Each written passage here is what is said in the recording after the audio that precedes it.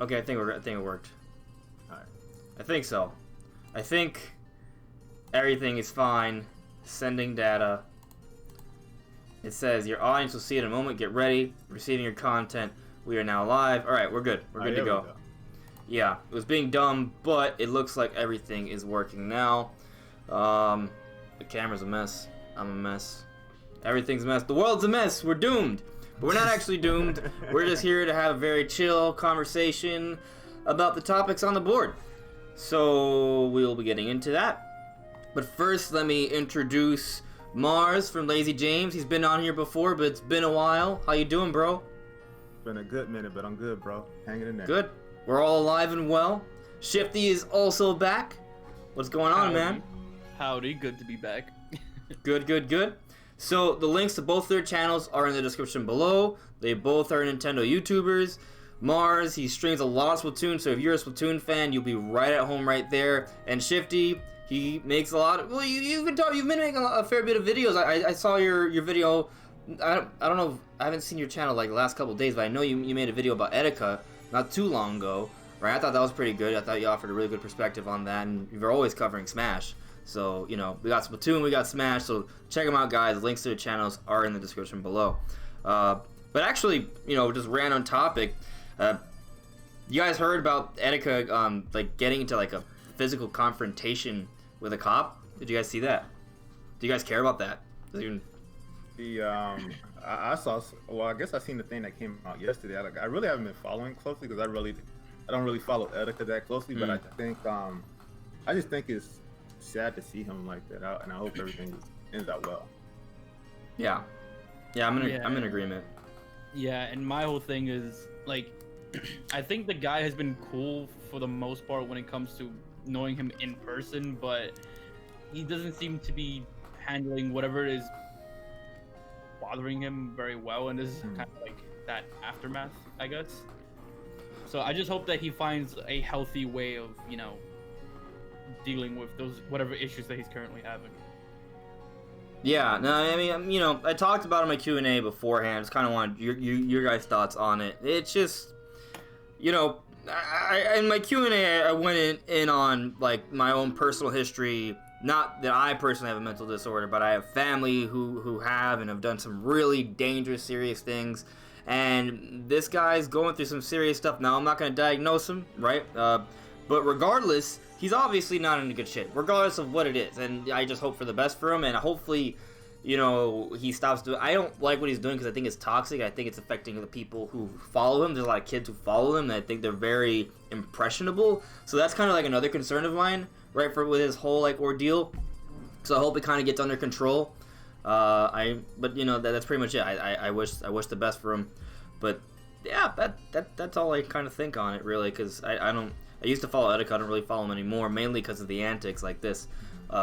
Just not my cup of tea. So, yep, that's it.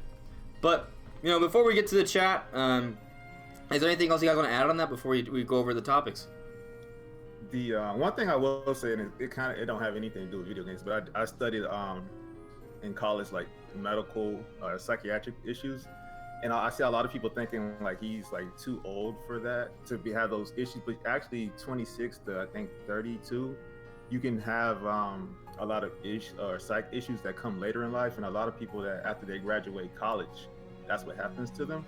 So I can see like if he really is having something, he's at a ripe age for it. Okay. It's interesting because I actually was under the impression that usually when these disorders sort of come to light, right, they surface, they usually happen like the early 20s, like that, or like that's my impression of it, what I've read, but like also I'm not a doctor, right? But I guess what you're saying is that there are different points that it can actually happen at any point, really, right? Yeah. It's just the likelihood of when it comes. Right. So, you know, it's interesting to think, right? You shouldn't assume that someone is right just because of their age or different things. You never really know. But at the same time, you shouldn't assume that someone is crazy either, unless they're doing something that's blatantly like, oh, he's done some weird stuff. But you know, judge the acts, not try. I think it's more important to like judge someone based on what you're actually seeing them do, not making assumptions about what they could be doing. If that makes any sense. Right. No, it makes sense, and it's also important to make sure you actually take care of yourself when, Right. especially when you see things like this happen. It's a good reminder. But regardless if something like that is happening or not, you should always be, taking good care of yourself.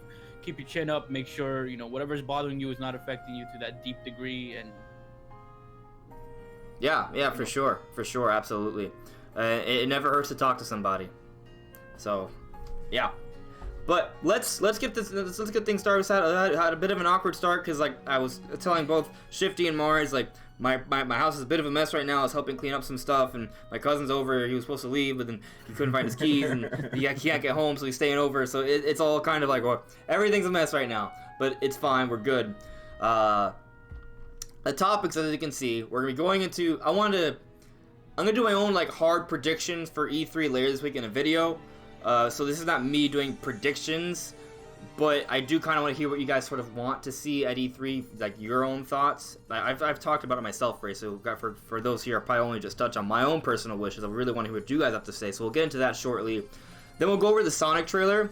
I want to see what you guys have to think on that, and I'll kind of let you know what I think about it. And then we'll get into kind of Sega's problems as a whole, what it kind of has, what it's sort of implying for the future. Like they're having some financial issues, and it's mainly being attributed to their exclusive games for Sony. The implication being that they will no longer just have exclusive games for Sony. Maybe they'll port some of their games or just start focusing on making other multi-platform games.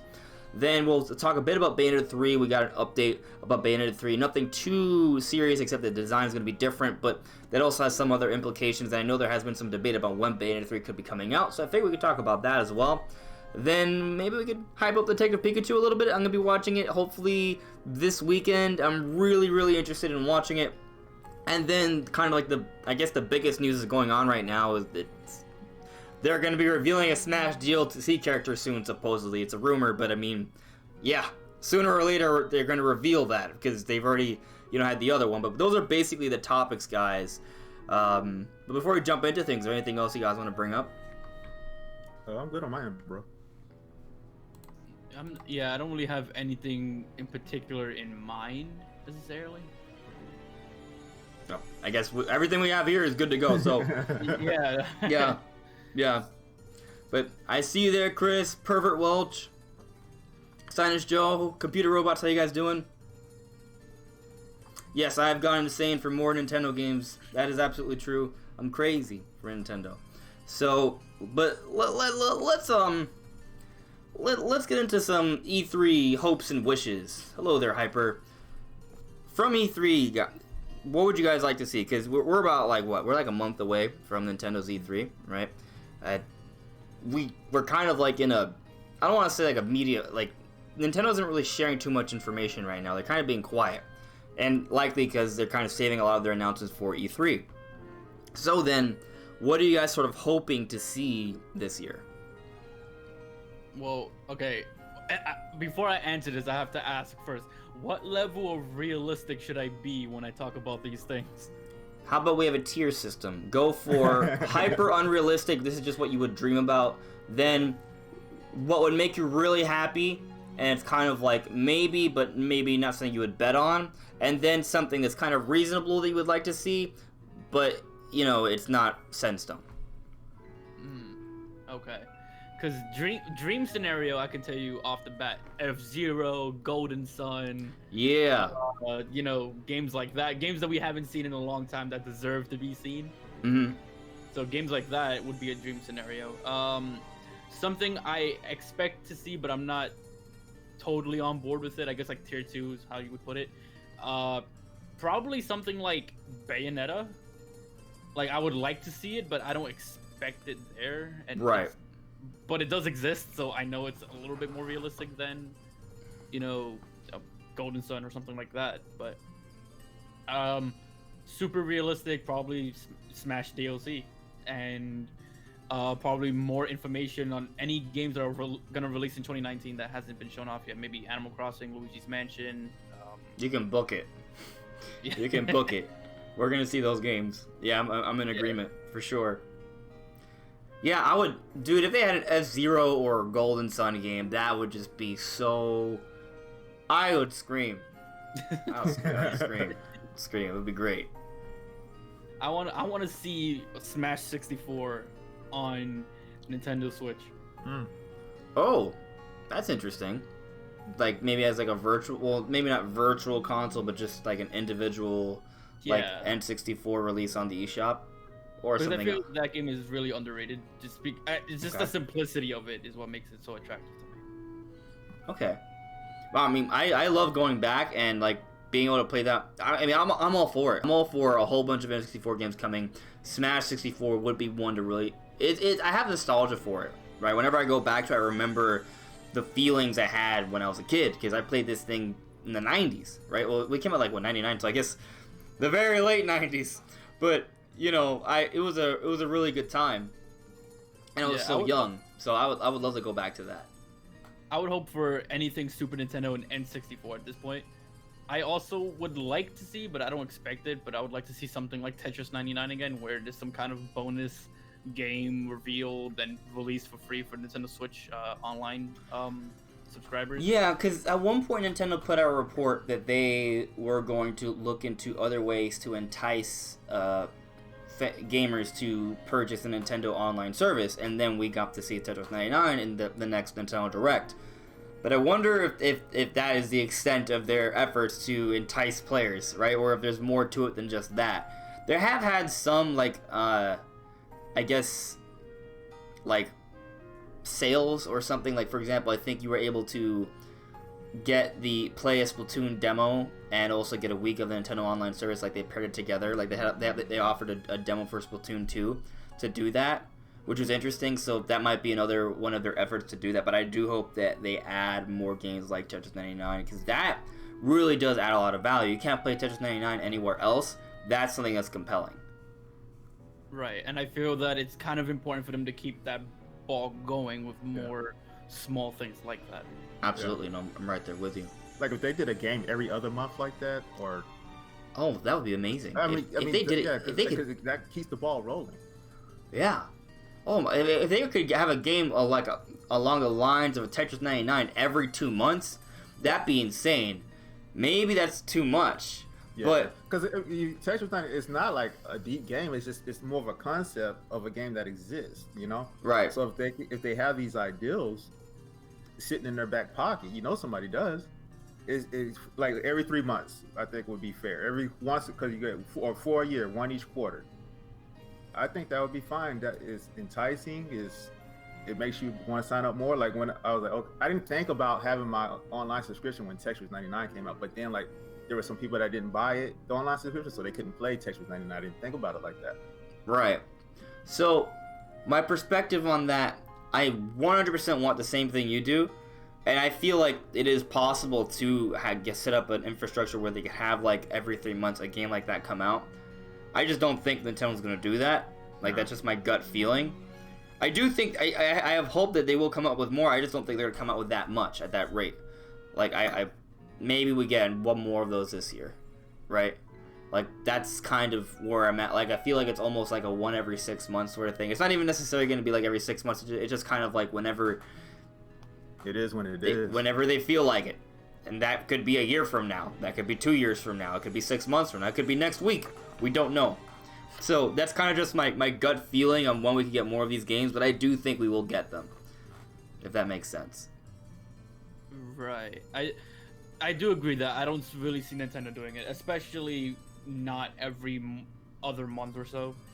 They don't seem to be totally on board with the whole subscription service providing things for free with said service. Mm-hmm. Like, they're kind of like, I guess, the exact opposite of Xbox in that regard. Yeah.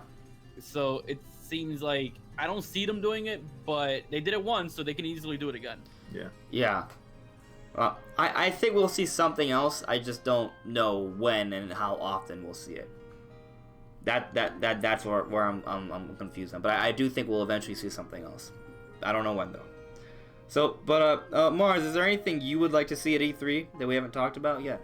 I think, well, outside of Nintendo, I wonder if they're going to do something with Elder Scrolls is going to be coming. Just in general. Okay. But outside of that, I mean, because I'm getting my game, I'm getting Link's Awakening, so I'm good. I know that's coming. Yeah. I'm good. 2019, I'm solid. Well, I mean, we know they're working on Elder Scrolls 6, right? So they have like it wasn't really much. It was like what, like an in-engine shot of like a mountain range, right? And that was what, last E3 when they showed that. I think so, yeah. And I see, the thing is, I love Elder Scrolls. It's probably one of my favorite RPG series. I just don't see Elder Scrolls 6 specifically hitting Switch. Oh yeah. I don't think it'll come to the Switch. That's so far ahead. I think it's going to be on the next platforms. But I think maybe if they just not even show a picture, just talk about it. Right. I don't know. I feel like if we're gonna see something Elder Scrolls related on Switch, you're gonna end up seeing Elder Scrolls Legends, the card game. Oh yeah. You're gonna see Elder Scrolls Blade, one of the mobile games. You're gonna see that ported. I mean, we got Fallout. I'm going to bet. Where's my wallet? Where's my wallet? All right, I don't have my wallet on me, nor do I have the money to actually make this bet. But I bet $1,000 that there will be an Elder Scrolls 6 game on a Nintendo system at some point. I don't know, bro. I'm not saying that it will come out on the current Switch day and date with PlayStation 5 and Xbox 7 million, but it will happen. Yeah. I just don't know when. It will happen. We will see Elder Scrolls 6, because look at what they did with Skyrim. I mean, if we're talking like 7 years after release, I don't think it'll be that long. Maybe. I don't know. Maybe they might put an effort into it. Here's the other thing, right? So we're kind of approaching the halfway point for the Switch life cycle, right? Elder Scrolls 6 is likely still a ways off, right? Like earliest a year from now? Right? Yeah, I don't definitely. Like I would say significantly later than that, because Bethesda themselves said that they're gonna focus development on Elder Scrolls 6 after the new IP, which is still development itself. So you have Starfield yet to come out, and then once that releases, I'm assuming there'll be DLC for that game, and then once that's done, then they're gonna completely like focus development on Elder Scrolls 6. Okay. That's a long. So I feel like you're really facilitating my point here. My point being just that, if we're a couple or so, a few years away, and we're approaching the midway point for the Switch life cycle, right? Like we're after 2 years, right? The typical Nintendo life cycle is 5, right? So we're really about 3 years away from the next Nintendo system anyway, right? Anyway, yeah. So my point is simply that given the relationship between Nintendo and Bethesda, and we're seeing more and more Bethesda games announced for Nintendo, I think it's fairly likely that we could see the next Elder Scrolls on the next Nintendo platform that comes out 3 or so years from now. I'm not sure. I would love that to be the case, because Nintendo's my favorite platform, and Elder Scrolls I love as a franchise. Yeah. But if it continues in the same path where Nintendo has the least powerful console, and Bethesda tries to push Elder Scrolls hard by, having it on these more powerful systems or whatever, I feel it totally depends on where's the power gap, essentially, with the next Nintendo system. Right. Here's the thing, right? If you follow the rumors that there's going to be like some sort of upgraded Switch coming already, the next generation Switch is going to be significantly better than that. And the way technology is now, it's pretty scalable as it is, right? Like, a lot of games that are coming out now, it's not too much of a stretch to think that there could be a mobile version. Now, the mobile version is gimped compared to your 4K systems, but, it happens. So I'm just saying that 3 years from now, on a next generation Switch, where mobile technology is only getting better and better, right? It's catching up little by little. I don't think it's a stretch, but believe it when you see it. So I'm not saying you're wrong to be doubtful. I'm just saying I feel good in saying that I think it will happen. I would feel more confident on it if we were talking about Starfield. Okay. That's what I would say, because Starfield is a lot closer, and Elder Scrolls, that's like predicting something like 7 years later or something like that. That's way down the line. 3 years from now, you'll see it. You won't remember this. You won't remember me saying this, but 3 years from now, it's gonna happen. So before we continue, I just want to point out that I got a super chat from the podcast dojo. Ray, my man, thank you so much. He said, there you go for being a good guy. I'm glad you think I'm a good guy. I try to be a good guy. But, you know, I'll leave that for others to decide. But, yeah, I mean, you know, well, maybe we'll see Skyrim. I'm not Skyrim. I call everything Elder Scrolls Skyrim. Yeah, I do the same thing, man. I would like to see Elder Scrolls 6 as well. I don't think it's crazy that we could get another, like, mountain range. No, this time we'll get a shot of forests and lakes. You know, maybe we'll see, like, a deer, right?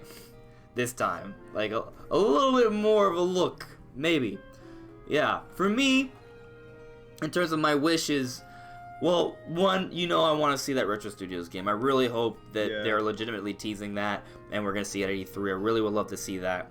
In terms of a pipe dream sort of, like, reveal, like, something that's just not realistic, Metroid Prime 4, because they literally restarted development within the last year. We know that. Nintendo said it. They restarted development. So to think that the game is ready to be shown off at E3, it's not realistic. It just isn't. So I don't expect that. But maybe, you know, they'll show off Metroid Prime Trilogy instead, and that might look really good, right? That's not too crazy to think. That's actually probably gonna be one of my predictions. So, you know, there's that. Besides that, F-Zero. I always wanted to see F-Zero. Do I think we'll see F-Zero? I think it may happen at some point during the Switch life cycle, but maybe not this year, right? I would also like to see Animal Crossing Homicide. That's never gonna happen. I have this weird, like, dream where Animal Crossing, it's Animal Crossing, except instead of your job as becoming the mayor, you become, like, a detective, and you have to scour the village looking for clues on people that were murdered. So you're running into, like, murder scenes of little animals, but that just makes no sense. That'll never happen for Animal Crossing, but that's what I would want. So that's just a wish that'll never happen. So Detective Pikachu, but with Animal Crossing. And blood. Yes. That's the part where it won't happen. yeah, it won't happen. But actually, yeah, what if the next Animal Crossing, though, kind of expands on having jobs, right? Like, what if you could become a detective or a librarian or just a fisherman? So there's different things you can go around doing around the town, right, to help support it. And you could take up these different jobs. You can switch to jobs or just do multiple at once. Then it just gives you a lot more to do, right? Like, and maybe being a detective isn't that much of a stretch in Animal Crossing, just not with blood and dead bodies. Yeah, I could see a job system, just not the last one in particular. Yeah, no, you're right, absolutely. So, for sure. But I would love to see something like it. I'm joking, okay? That's not gonna happen. But definitely, I would love to see Metroid Prime 4 someday. But that's just a wish. Semi-realistic wishes, semi-realistic, as in I still don't think it's gonna happen, but it's not impossible. Yeah. The next 3D Zelda, but that's probably not at least until next year, right? The same thing with Super Mario. But, you know, that would be like the mind-blowing thing that could be shown off. That people are like, oh my god, I never saw that coming. Like, I don't see it coming. But those are wishes, right? What I reasonably expect, maybe Rare Replay, Smash DLC, Metroid Prime Trilogy, a Retro Studios game. Maybe there is a new IP out there that we don't know about yet. Something like that would be really cool to see. There has to be. Yeah, and it might be the Retro Studios game. So, those are things that I want to see that could happen, maybe. And of course, all the games that are already announced, I want to see those. And I expect all of them. Except for Bayonetta 3. I don't think that's... It might be shown off, but I don't think that's a now thing. But we'll save that for later down in the podcast. But let's get to the chat, because there's a fair bit that's going on here. Yeah. One dude keeps saying Mario Kart. And one thing about that, when Mario Kart fell into a very interesting place with the Switch coming out, with 8 coming over, so it's not on the Switch. You know what I'm saying? Yeah, is it on the Switch? Yeah. I want Mario Kart 9's got to be on the Switch, because Mario Kart 8 is Wii U on the Switch. It's a big game. It sells well. So here's the thing. Mario Kart 8 Deluxe, I think it still might currently be the best-selling Switch game. But if it's not, it's like the second or third. It's like in the top 3. It might be enough for number 1. It's the best-selling Switch game, okay? It's the best-selling Switch game, basically, if not. Like, it's right up there. like, there's not really a need for it because they already have the evergreen title Mario Kart 8 Deluxe. Like, so from someone who just looks at the numbers, right? This is your Mario Kart game. Like, if you just look up the numbers, right? If you're not a gamer, you just look at the numbers, you just invest. You're just like, okay, they already got their Mario Kart for this system. They don't actually need another one, right? They could focus on developing a whole other IP. So, from that perspective, I'm not like, okay, yeah, there needs to be a Mario Kart 9. Like, I'm actually on the other frame set. But I was thinking there would be DLC for Mario Kart 8 Deluxe, and they have had some free DLC updates, but they haven't offered any paid DLC options for Mario Kart 8 Deluxe like they did for Pokken Tournament, right? Like, I didn't think they would do any DLC for Pokken Tournament on Switch, but they did, right? Because it was a port. It was a port that was an enhanced port. We didn't think they would add DLC to the games like that, but they've done it for Captain Toad. They've done it for Pokken Tournament. So I also think they could have done it for Mario Kart 8 Deluxe, but they haven't. Yeah. So I'm not sure. My perspective a few months ago was that they would eventually have a DLC expansion for Mario Kart 8 Deluxe to kind of make up for the fact there isn't a Mario Kart 8 9. Mario Kart 8 9, really? Really, Andres? Mario Kart 9. So, I don't know. They haven't done any DLC like that. So, I'm on the fence, honestly. I think it could maybe happen, but it would have to be really different. And the thing here, and I like your point, because, all right, so let's say you got Mario Kart 8 Deluxe on the Switch, you didn't have a Wii U. So, that's really you didn't even play Mario Kart 8 yet. So, that's your first time playing it. You think that's the newest Mario Kart. So you're not talking to me, right? Yeah. No, I had Mario Kart on Wii U and the Switch. No, my bad. I mean in general. Like if a man didn't have a Wii U, and then he gets a Switch, and then he gets Mario Kart 8 Deluxe, he's like, oh, this is a nice game. It must have never came out. To him, that's the newest Mario Kart. So yeah, I see what you're saying about. Yeah, because the Wii U doesn't. Nope. For a lot of people, the Wii U just never happened. Right? Yeah. It's like Nintendo went into hiding for like 5 years and just came out with a Switch. That's basically what it is for a lot of people. So, but you got me out here. I've been playing it since the Wii U. I've been playing it since 2014. No one cares about us Wii U gamers. Like the Wii U fans are a minority that no one cares about. You know. So. Yeah. Whoa, what's going on here? Oh, by the way, guys, I just got a notification from Brandon from What About Nintendo. Okay. I doubt he's saying begging me to let him into the podcast. He's on vacation, guys. Yeah, for like 3 weeks. Yeah. So he's on. For anyone who's wondering why he's not here, he's on vacation.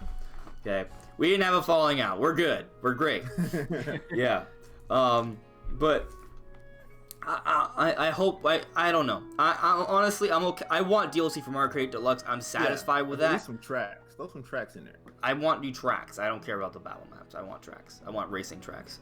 Yeah. I would really prefer it if they just made an F-Zero game instead, or a Wave Race, or another Excite biker truck. I loved Excite Truck on the Wii. That was amazing. Did you guys play Excite Truck? Like that was my jam on the Wii. It was a launch title, and if you go back to 2006, right? It's all about kind of like expectation. The expectation wasn't to get an open world, destructible environment Wii game. Like, you didn't expect this giant map that you could race around, destroying everything, seeing everything fall apart, and going super fast and having this awesome music. Like, that wasn't something you would expect from a Nintendo Wii. So it was really impressive to me, and I thought it was really awesome. The game was just really fun. The tracks were very highly varied. There was so much you could do. The boosting was incredible. I love that game. I would love for them to come back to that. They did make like an Excite Bot, another like sort of like a pseudo sequel to Excite Truck on the Wii as well. Well, supposedly that was pretty good. I never got it, but I would love for them to go back to that series if they don't go back to Wave Race or F-Zero. Honestly, Nintendo could have like a new racing series every year. They just don't. They just make Mario Tennis and Mario Golf. I want F-Zero and Wave Race. Or at least they punish Camelot to make Mario Tennis and these sports games. But we want to make Golden Sun. No, make Mario Tennis instead. It will make Golden Sun, or we'll get the hose again. Yeah, I would love to see it, but you know, it is what it is. All right, let me check what's going on with the chat here. I haven't really done much of the chat yet. Let me see. Okay, I believe Computer Robots is saying you would like to see Bayonetta 3 Marvel Ultimate Alliance 3, right? Is that right? Oh yeah, Marvel. Yeah, that would be great. Oh, DC Comics Ultimate Alliance. Okay, I see what you're saying there, Computer Robots. Sega Tennis 2. Okay. Silence Joe. This E3 will beat 2017 if there is no Direct this month. Interesting point. So, because we expected there to be a Direct around the April time, we didn't get it. So, does that suggest that this E3 presentation is going to be bigger than previous E3s? What do you guys say to that? I'll let Shifty go. Okay, well, my brain says that is putting a lot of expectations on E3 specifically because we expected something that we did not get. That might sound kind of negative, but but I feel that even if we would have gotten a Direct this month or April or whatever timing happened, we would have been happy in that regard, and we would have been probably happy with whatever E3 shows, but I don't see them specifically deciding to cancel a Direct of sorts so that they can jam-pack everything into E3. I don't think they canceled it. I think they just planned what they had. I mean, plans change, right? Like, so I think, for example, some people speculate that Metroid Prime Trilogy HD was delayed internally because of the Metroid Prime 4 development change, right? Maybe that's the case. Maybe initially Metroid Prime was supposed to come out in May or something like that, right? Maybe. And they have to change around their schedule, and maybe because of that they decide, oh, we don't really need to Direct that around this time. Maybe. Or maybe they never even thought there was going to be a Direct this time because internally they were just like, look, these are the games we have, this is when we want to share that information, and it doesn't make sense to share this information around this time. So they didn't have a Direct. Of course, if you look at the history, it suggests that there would be a Direct, but, it's Nintendo, right? There's the thing about Nintendo, like, you can try as hard as you can to predict it, and I feel like you can have a decent record, but you can never be 100%, or even, like, 80%. I don't even think that's likely, because Nintendo's really unpredictable. So, there's that. And I also think, I understand your perspective, Shifty, that you want to kind of, like, caution people. You don't want people, like, get too, like, we didn't get anything, right? So why should we? You're right in saying we shouldn't, like, assume that, oh, this is gonna be like an E3 plus a Direct, right? It's not. There wasn't necessarily a canceled Direct. It's just how Nintendo decided to plan things for this time around. So I do think that it's gonna be a big presentation, but I think it's gonna be a big presentation because of all the games that we already know are coming, and also assuming that we get a few more surprises. Like, that's what I'm assuming everything we know about plus a few more surprises, and if you combine together, that's pretty huge. That's kind of what my expectation is. I would be disappointed if we go into E3 and we don't get any new game reveals. That would be disappointing. Right, and I think that's a very realistic way of looking at it. I also wouldn't be surprised if we end up getting a game announced at E3 that releases the same year, because that seems to be a thing in the last couple of E3s that we get at least one that comes out this year. Yeah, that we get a game that we weren't aware of. Whether it could be a small game, it could be a big game, but it seems to be a thing where not even just Nintendo, but like different publishers and developers have been getting into this habit of announcing a game at E3 and then releasing it that same year. Yeah, my perspective is that I agree with that because it's been happening, but given how many games we already know are coming this year that are being published by Nintendo, it just seems, and none of it's coming out until the beginning of June, right? There's like 10 to 12 games that are fairly major, right, that are coming out after June. There's not enough time in the year to really have it one game per month, so there's going to be months where there's going to be at least two.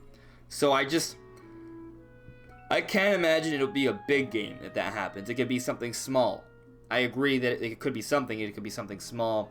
I think this could be one of those years, though, where we don't get like a fairly major game announced and coming out in the same year at E3. I think it's just going to be something small, and if they do show something new, it's going to be kind of more like a teaser for next year. What they have also been doing, right? Like, we saw Fire Emblem and Yoshi at E3 last year, right? If I remember correctly. There were a couple games that were shown off that we didn't get until this year. Or are going to get with Fire Emblem. Right. I do see that happening too. I mean, consider the fact that we also have 2 other games being Bayonetta and Metro Prime 4 that were announced ridiculously early. Yes. So it wouldn't surprise me if something like that happens again, or we get some kind of game that doesn't come out for another year or 2. I would argue that Metro Prime 4 had a chance to come out. We would have already seen it already if it wasn't. If Metro Prime 4 had not been delayed, we would have already seen it. At least gotten a gameplay reveal for it. But that's neither here nor there. I'm just saying that of those 2 games, we would have at least seen gameplay for it, even though it was announced in 2017. So. But it didn't happen. So I think that had more to do with because Nintendo had just come out with the system, right? And they kind of wanted to keep the hype train going. But in general, they don't do that, right? They don't really reveal a game that early in advance.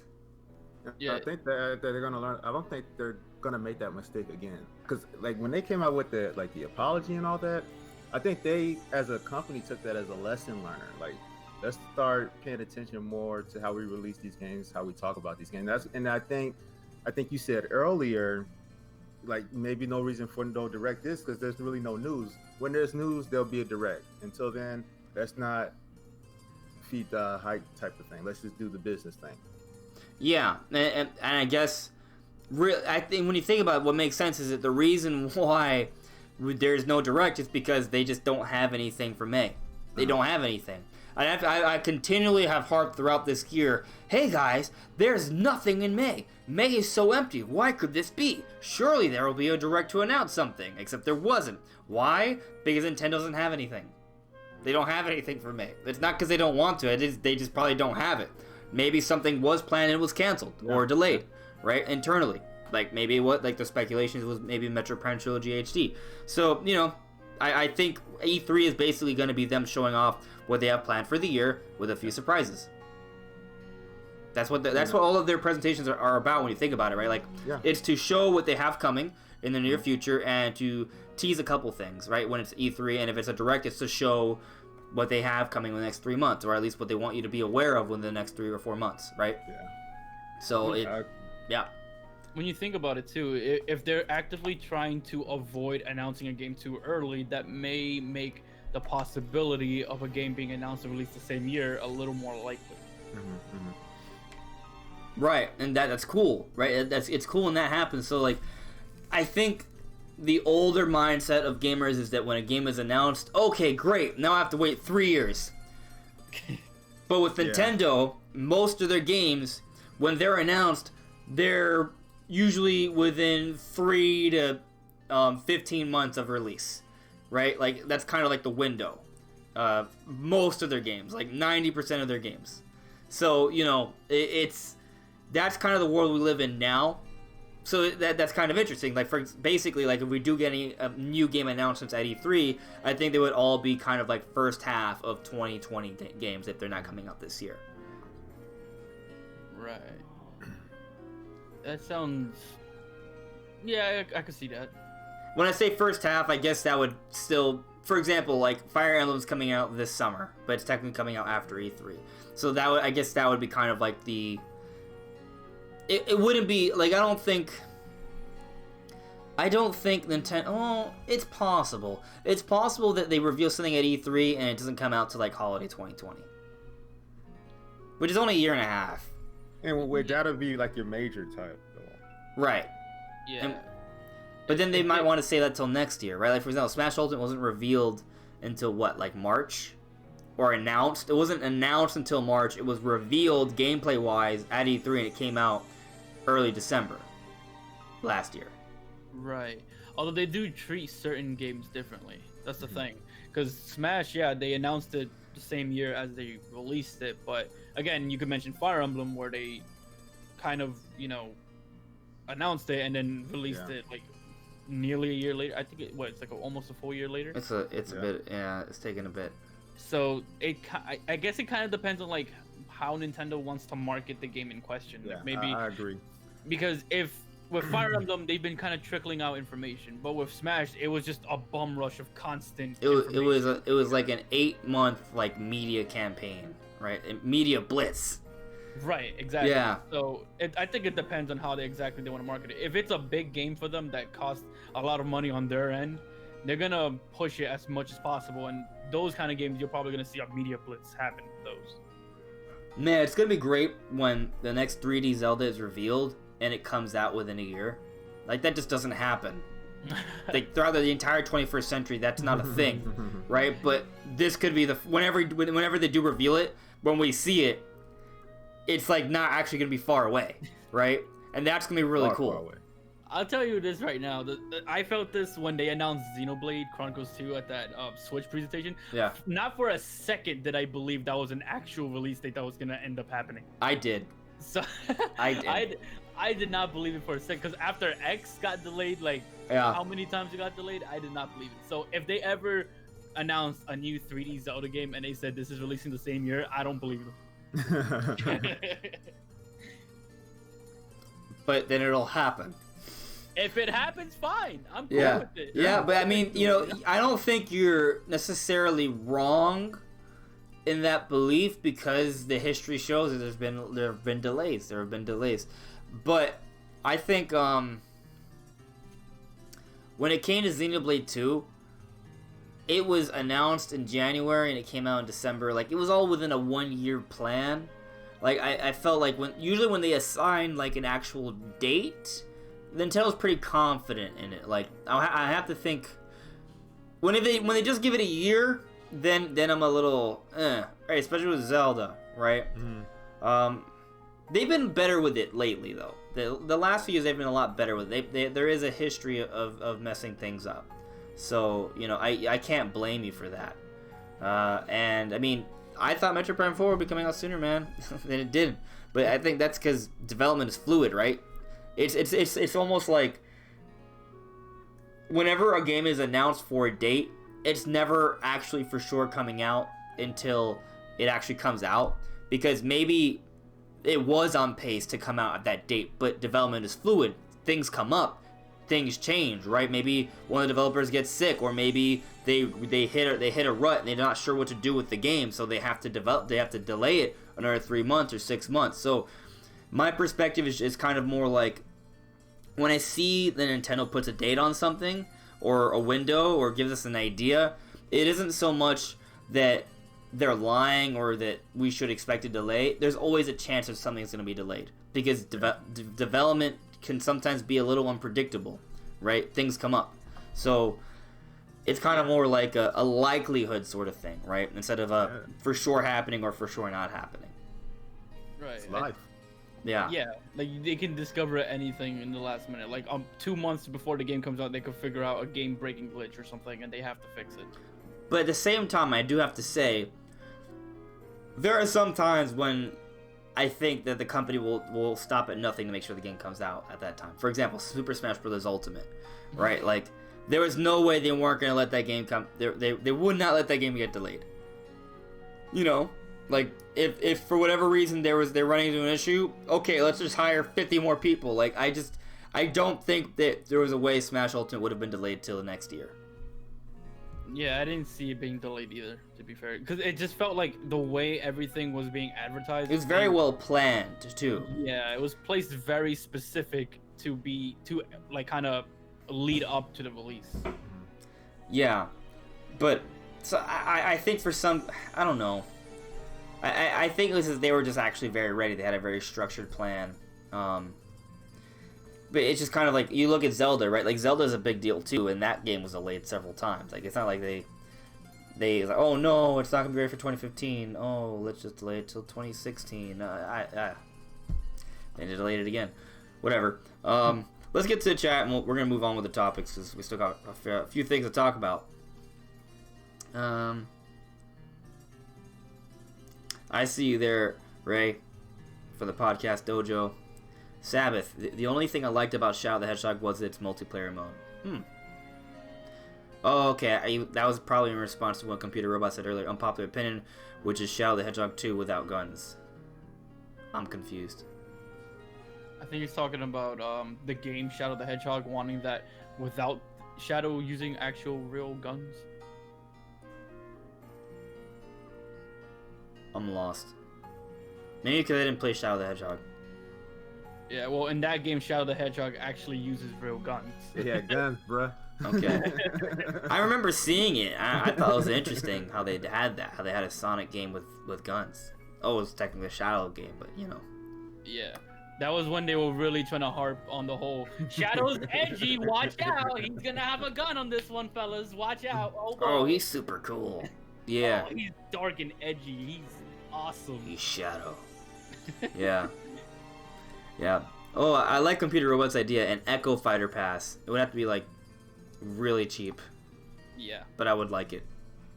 Because it'd basically be like buying skins. Mm-hmm. Yeah, but kind of pretty much. Yeah. Kinda, yeah. Unless they tweak little things here and there, like Crom, but like. Yeah. Yeah. Recessive game. Okay, well, let me see what you were saying. You were adding computer on YouTube. Yes, the site, no, not a video. Okay, you guys are talking to each other. Why am I reading your? I'm so lost right now. You alright, man? You alright, bro? No, I'm not. I'm not alright. I'm not alright. I'm just so lost right now. I like this comment from your mom. He said, one thing I want to say about the Sonic trailer. Quote, we're in the end game now. End quote. I love that. After seeing the if you watch the Sonic trailer, it is kind of like that, man. Like this is oof. That day it's rough. It was really rough. It's actually kind of a good transitional point because that's our next topic. Yeah.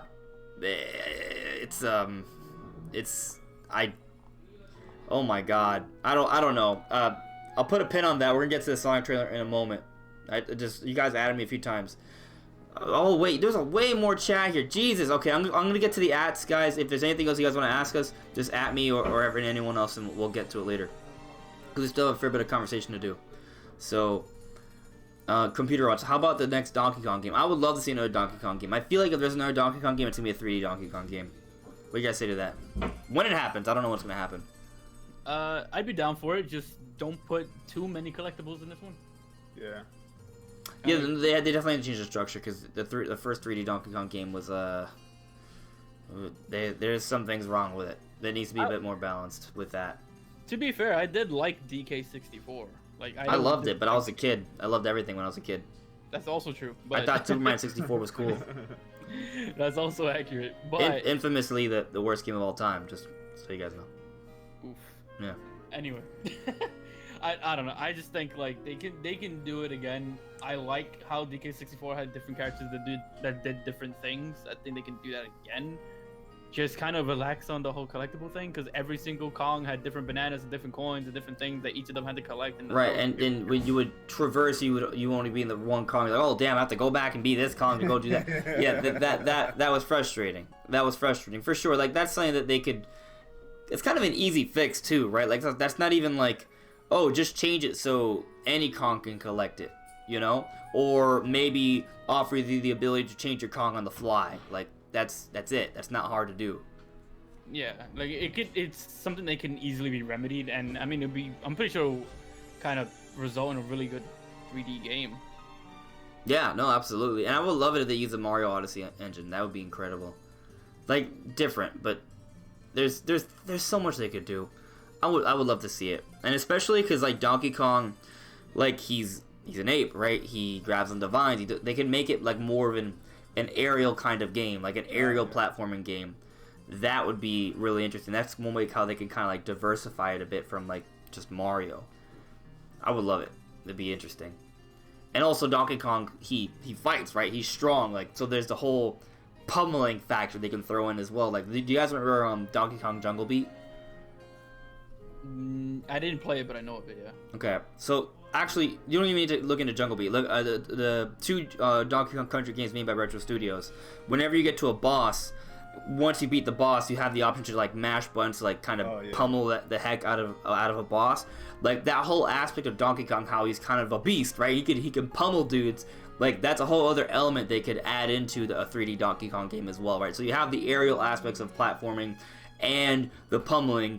There are ways they can make a 3D Donkey Kong platformer very different from like just Mario Odyssey. You know, there's a lot of room for variety there. So I would love to see it. I don't know when we'll see it. I kind of hope Retro Studios is maybe doing that, maybe. But I don't know. Based off that metal hand, I have no idea what they're working on.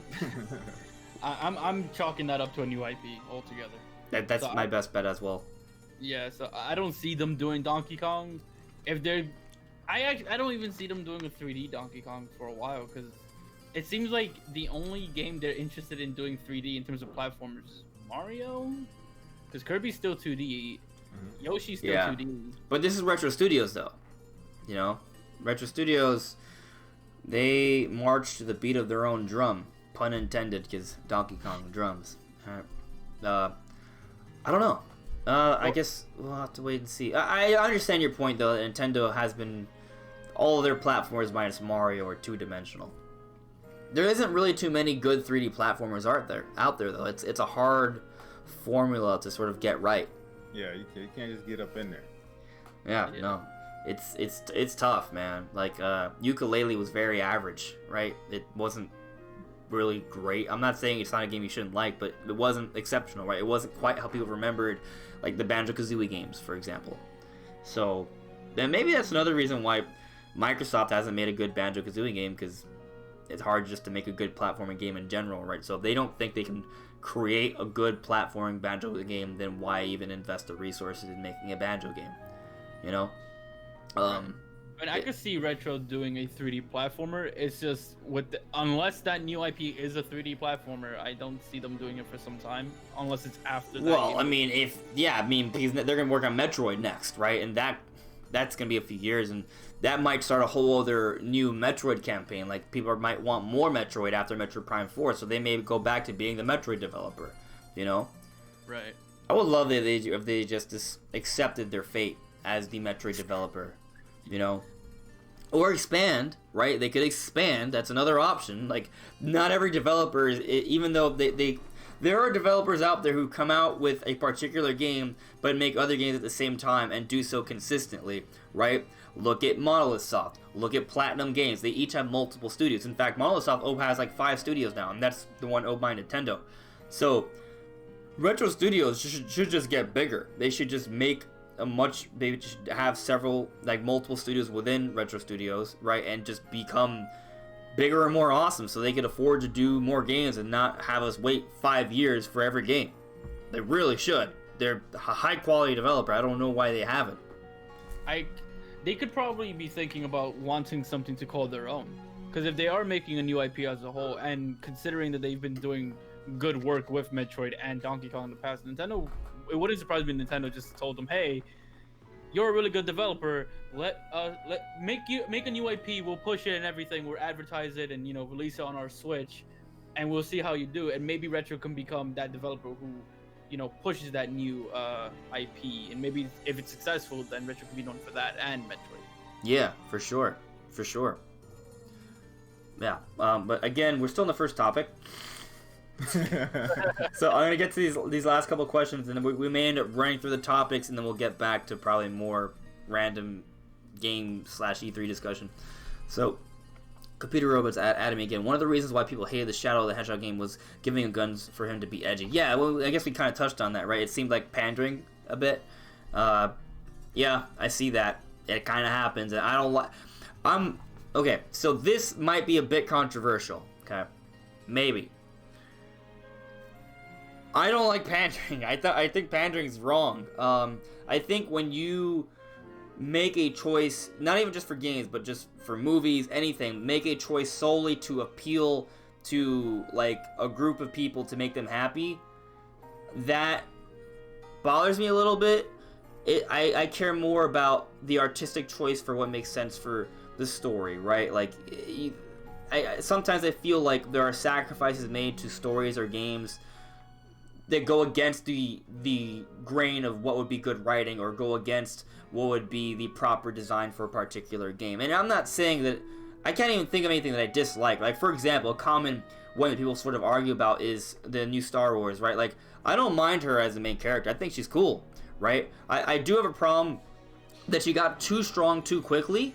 I don't appreciate that. I think she should have had more time developing. Like, she kind of just came in and was like the most powerful character. You guys know what I'm talking about with the most latest Star Wars? I know he's my dog. Yeah. So, I have no problem that she is the main character, right? That's fine. I just wish they put more time into developing her. Yeah, it didn't get developed.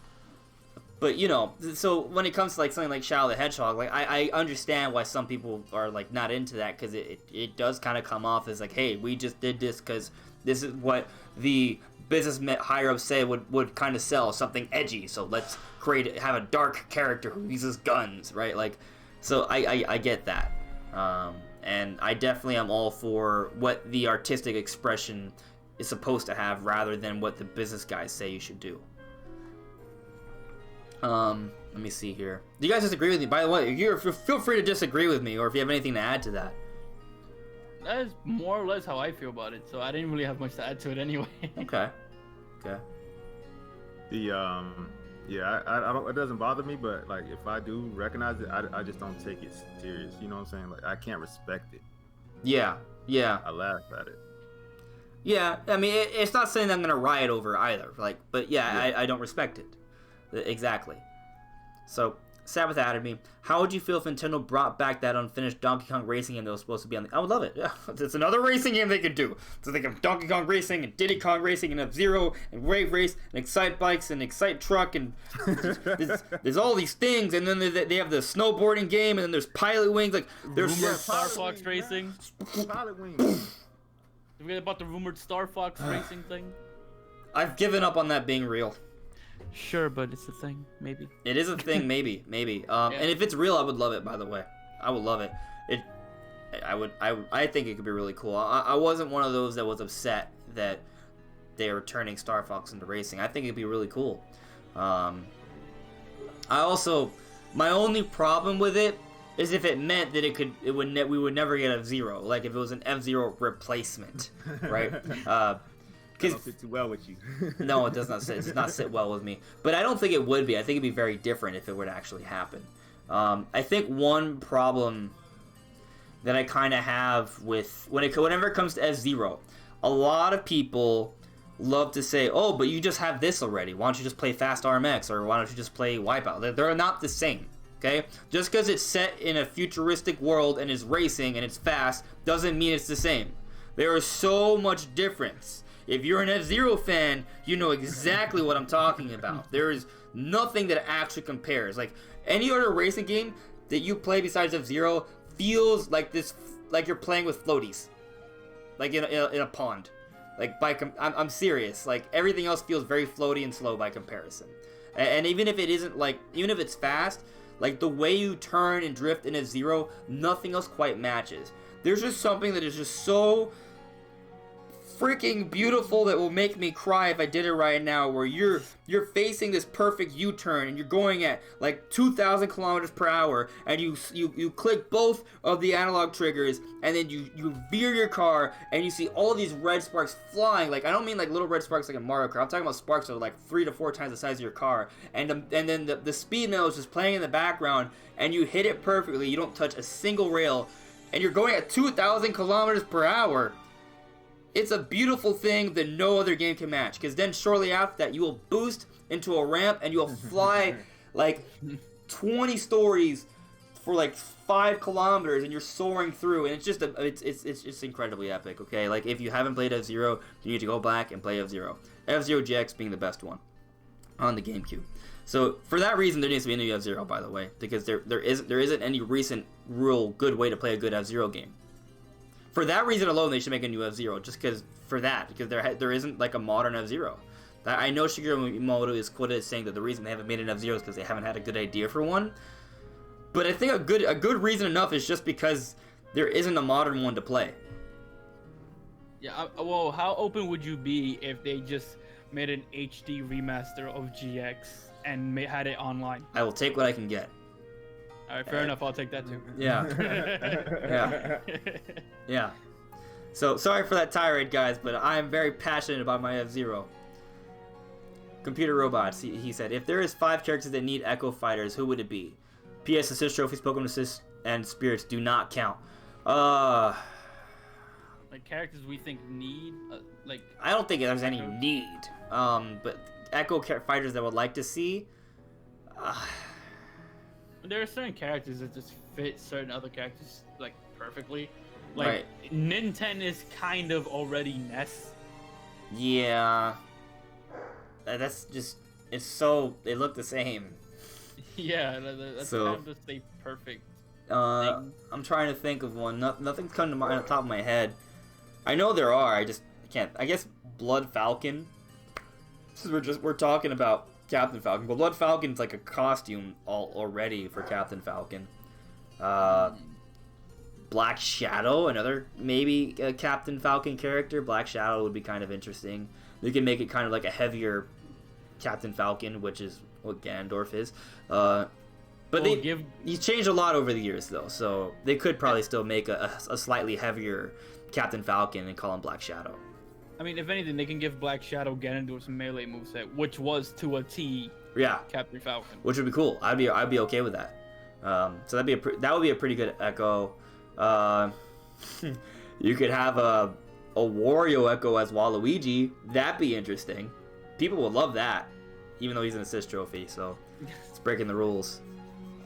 I'm not even sure who I would want as an Echo, because normally you can make an argument for most characters to just not be an Echo. I do have one that would be a pretty good Echo. I forgot his name, so oh yeah, big deal. Wow. Malos from Xenoblade Chronicles 2. Malos would be a great Echo for Shulk because they both have Monados. Malos just has the Dark Monado in Xenoblade 2. It has the same form, it's just dark, right? So he could be kind of like a heavier Shulk and maybe just replace his skill swap ability for just maybe like a counter instead, and basically he'd be an Echo, just slightly heavier, and one of his specials would be different, and that would be it. And I think that'd be pretty cool. I think, and that's one great Echo. Of course, Malos would have to come with a Xenoblade Chronicles 2 actual representative, right? So if there's ever like a Xenoblade Chronicles 2 pack, right, where Rex and Pyra ever come into the game, I would love Malos to come as an Echo of Shulk.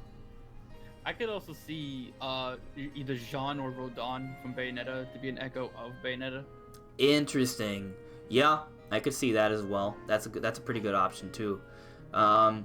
If Leon S. Kennedy is added as part of the Fighters Pass, right, I would love it if Ada Wong was his Echo.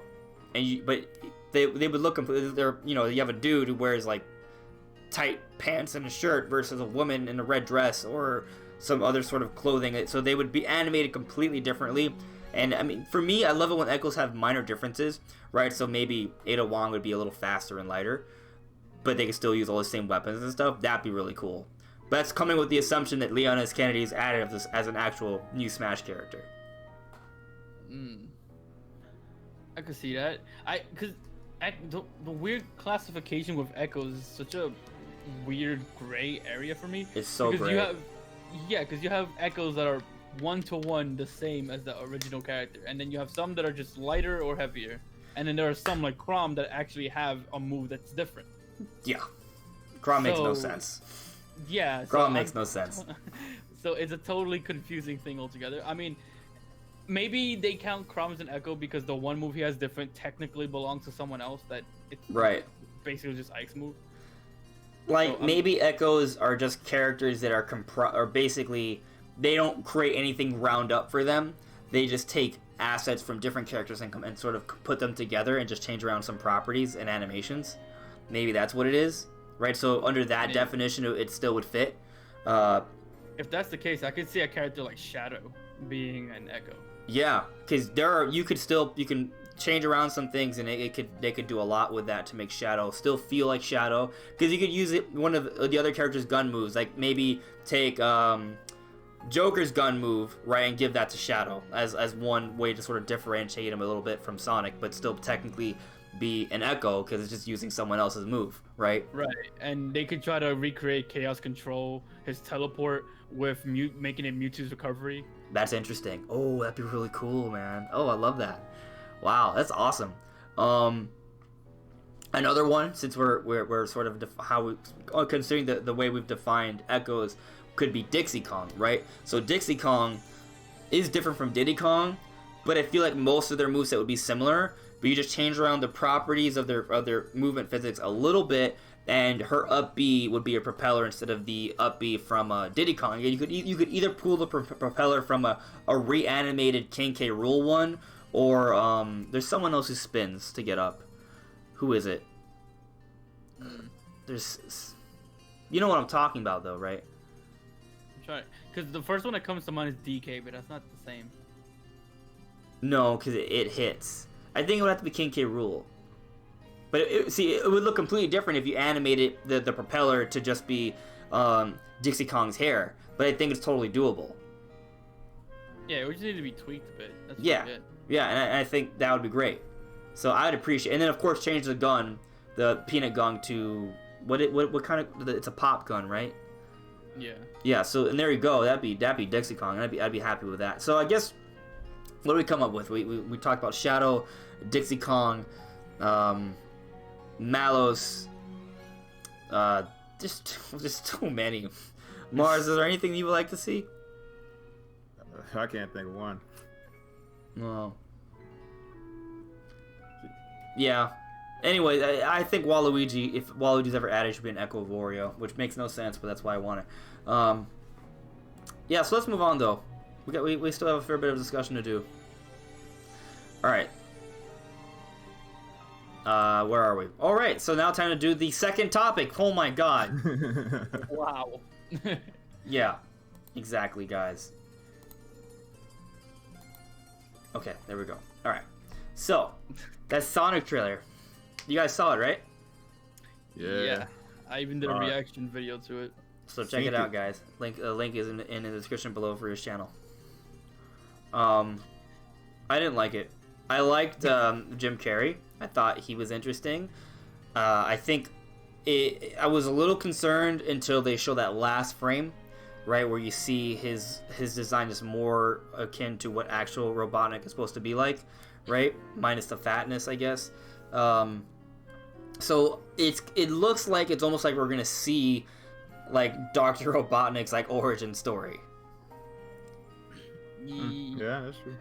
Yeah, kinda. And I'm not like a Sonic player at all. Like I've played maybe 1 or 2 in my whole life, and I not spoiler, I wasn't exactly the biggest fan of it, but I like to think that because I'm not a fan of it, I can give a totally different perspective on the whole thing. And I didn't like it either. Okay. So even as someone who's not really a Sonic fan, I wasn't really feeling it. I was feeling Jim Carrey. Jim Carrey seemed alright to me. Although something I saw someone bring up is that it looks like they're trying to turn him into like, oh, Sonic is the reason why he became crazy and became Robotnik. It looks like that based off the trailer. Right. And then if you look behind him when he has the full Robotnik look, there's like giant mushrooms and stuff as if he's in some like cartoon world. Which excites me. That excites me. I want to see less real world, more cool Sonic worlds. Right. I just wonder what will be the explanation to that. Like, is that because they kind of say something along the lines that Sonic is an alien. So I disagree with that. And I'm not saying you're not saying that you that's what you've heard people talk about, or is that what you interpreted from the trailer? That's what people have mentioned. I disagree. So I heard people. I was watching a Game Explain discussion on it, and that's what they said. I just don't agree with that. I think it comes down to this. They do say that Sonic does say, "Oh, I'm going to have to save your world," suggesting obviously that he's from another world. I agree with that. He is from another world. But why does that other world automatically have to be from outer space and he's a space alien? No. They use the rings as portals, as parallel universes. He's from another realm, right? So it's not from space, it's from another parallel dimension. Does that make sense? I can see that. Well, we're talking about parallel dimensions and it making sense, but you know what I mean. If we want to go by the whole Doctor Strange route instead of Doctor Who, then yeah, we can go along with that and say it makes sense. But at one point they show a ring and it shows a different environment, them jumping through in the trailer. So if you wanted to find that as an alien, you can, right? But I think the implication of an alien is it's coming from outer space. I don't think it's coming from outer space. So just a little, I guess, peeve I have about what people are saying about that. Well, the most I took from it was that whatever that giant mushroom place is clearly whatever world and whatever fashion that would be that Sonic originally comes from. Yeah. Yeah. And I'm assuming they would just base that world off of Sonic, like, you know, things. Or at least that would be the hope. I think it's just interesting. I wonder how much we're going to see of that, though. Is it going to be very little, or is it going to be a lot? I feel like it's probably going to be very little because they would have had more of it in the trailer. Yeah, it's going to be a little bit. I feel like it's going to be like, because I don't know if you guys are familiar with Doom and the Doom movie they had back then. But I feel like it's going to be familiar to that, where it's very little to do with the source material. It's not what fans want, but they're going to have that one little scene that's going to make fans go, wow, that was so cool. And then they're going to be done with it, and that's it. And it all comes down to budget. Because creating a whole Sonic world would cost way more money. That's right. Yeah. And unless they can prove that a Sonic the Hedgehog movie is lucrative, they're not going to spend that crazy amount of money making that world. It's just a shame, though, because it doesn't really seem like the people who are making this movie are even Sonic fans. Yeah, man, I don't know that I'm gonna like the movie. They're gonna go back and I guess redo Sonic, I guess. Mm-hmm. But some of my problem with the movie was just like the premise of it. Like Sonic coming to this world, and like I wish it was in a Sonic world, I guess. Yeah. Like, I don't want it to be like on Earth. Right. I agree, because I feel like this movie loses a bit of its identity, or Sonic loses a bit of its identity by having it in the real world. Because let's be honest here, the premise of someone trying to catch some really fast creature in the real world could easily be a Roadrunner movie as well. Oh my god. Yeah. Yeah. I'm with you there. They did say that they're gonna try and change the design a bit, apparently.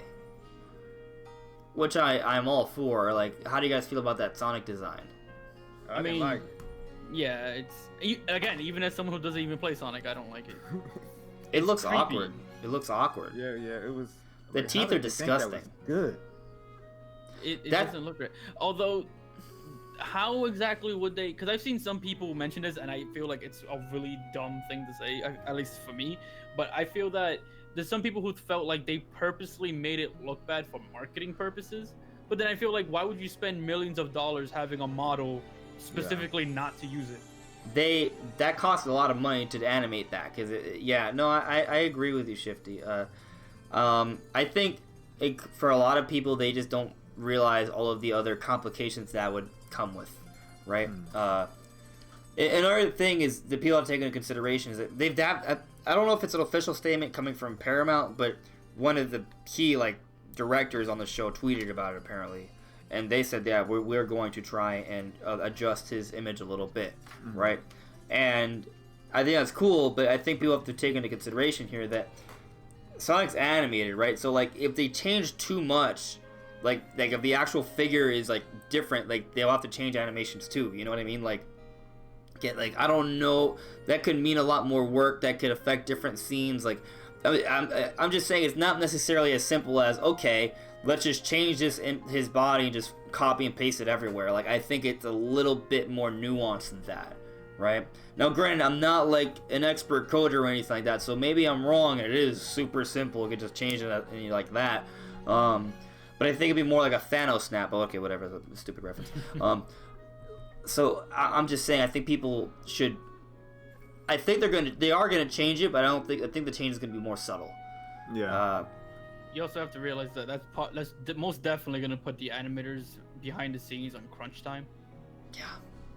Yeah. If they're gonna try to change that highly detailed, ugly model, but detailed nonetheless, and do it without delaying the movie in any way, then that's gonna make the animators who are already working hard to get this out in the first place to redesign everything and to fit their whatever it is that they want to change.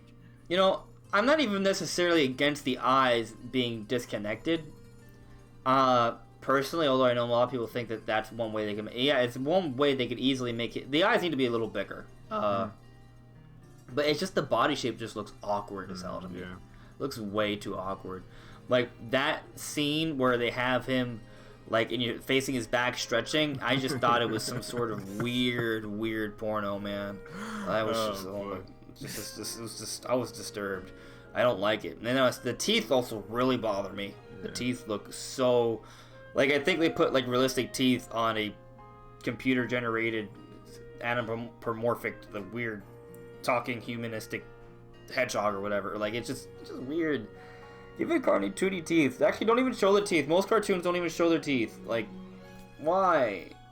I just... Look, I think it's tough when you try to make and I feel bad for the Sonic trailer because then everybody's comparing it to like the Pikachu. You know how you mix with real world and animated. I think it's tough to do a movie like that in general. Either you want to do animated or real world. Oh, it's tough, but I think it's very evident that Detective Pikachu is destroying the Sonic trailer. Yeah, it definitely. I guess it shows what could be done, but I just don't want the Sonic movie to be like in that light. I don't want it to. I don't know if it's because it's an older game. It doesn't sit well with me. I agree with you. Because the thing is, now, I'm not as big of a Sonic fan as your most hardcore of Sonic fans, but I am a Sonic fan. If there's a good Sonic game, I'm gonna get it, right? Yeah. Like, I got Sonic Mini, I enjoyed it. I love Sonic Colors. You know, there are some Sonic games I really enjoy. I just don't buy every single one. But I'm a Sonic. I guess I'm a casual Sonic fan. Yeah. So it doesn't bother me as much that the movie looks like trash, right? But to put it into perspective, if like they made a Mario, or they did make a Mario movie, if they made like a Metroid or Zelda movie, actually let's just talk about the Pokemon movie. If the Pokemon movie had terrible designs and it misrepresented the franchise the way the Sonic trailer looks like it's going to do for Sonic, I'd be really upset. But we're just going to use it as a transitional point to the next topic because it just fits so well. I actually moved up the topic because it made sense. Detective Pikachu looks amazing. It's actually made by people who like Pokemon, right? The people there did their homework. There is tons and tons of references in every single frame to different aspects of the Pokemon universe. Meanwhile, you look at the Sonic trailer and you just see a boring freaking city. Like, there's nothing there, right? There's barely any references to anything. It's clear which one is like, you have people who care about Pokemon making one movie. You have people who don't give a crap about Sonic making that one, right? Like, and the design does not represent Sonic at all. Now, you can maybe make the argument, but they changed the designs for the Pokemon. They did, but they match what they would kind of look like in a realistic world. Like, it makes sense, right? There's a lot of thought put into their designs. The Sonic thing clearly isn't. And it's not to say that there aren't people who aren't upset with the Pokemon movie, because, you know, you can't satisfy everyone. But I think most people are in agreement that most of the Pokemon look pretty darn good, right? Yeah. Almost everyone, like 99.99% of humanity, hates that Sonic thing. You know, like, and they just have one thing. They had one character to focus on. One. The Pokemon has hundreds of them. Yeah. Right. And it's insane. When you break it down like that, it's crazy. And then the animations for all, you see the different trailers for. I've seen all the trailers for the Detective Pikachu movie. There's some insane trailers there. Like, there's this one. If I play it, I'll probably get this stream will probably claim, so I can't. I'll play like 5 seconds of it, just to show you guys what I'm talking about. I'll say this much though. Just to give a tiny benefit of the doubt kind of thing for Sonic, is that there's probably people on that team who does truly give a damn about Sonic, but because you have the higher ups that want to market him a certain way, they have the last word. Right. So for all we know, there probably are people who do care about it. It's just they don't really have the position to say this is how it should go. Mm-hmm. I hate when things like this happen, because I feel like it's just like the Dragon Ball Z movie. It's not what it is. All right. Right. I'm just gonna put up the trailer real quick. Just want to show you a couple frames from the Detective Pikachu movie that just look amazing. Oh no, that'll screw me. That music will totally be claimed. But you just look at these animations; they're so natural. They look amazing. There's so much. Look at that Bulbasaur. Like, it's just crazy. Attention to detail, man.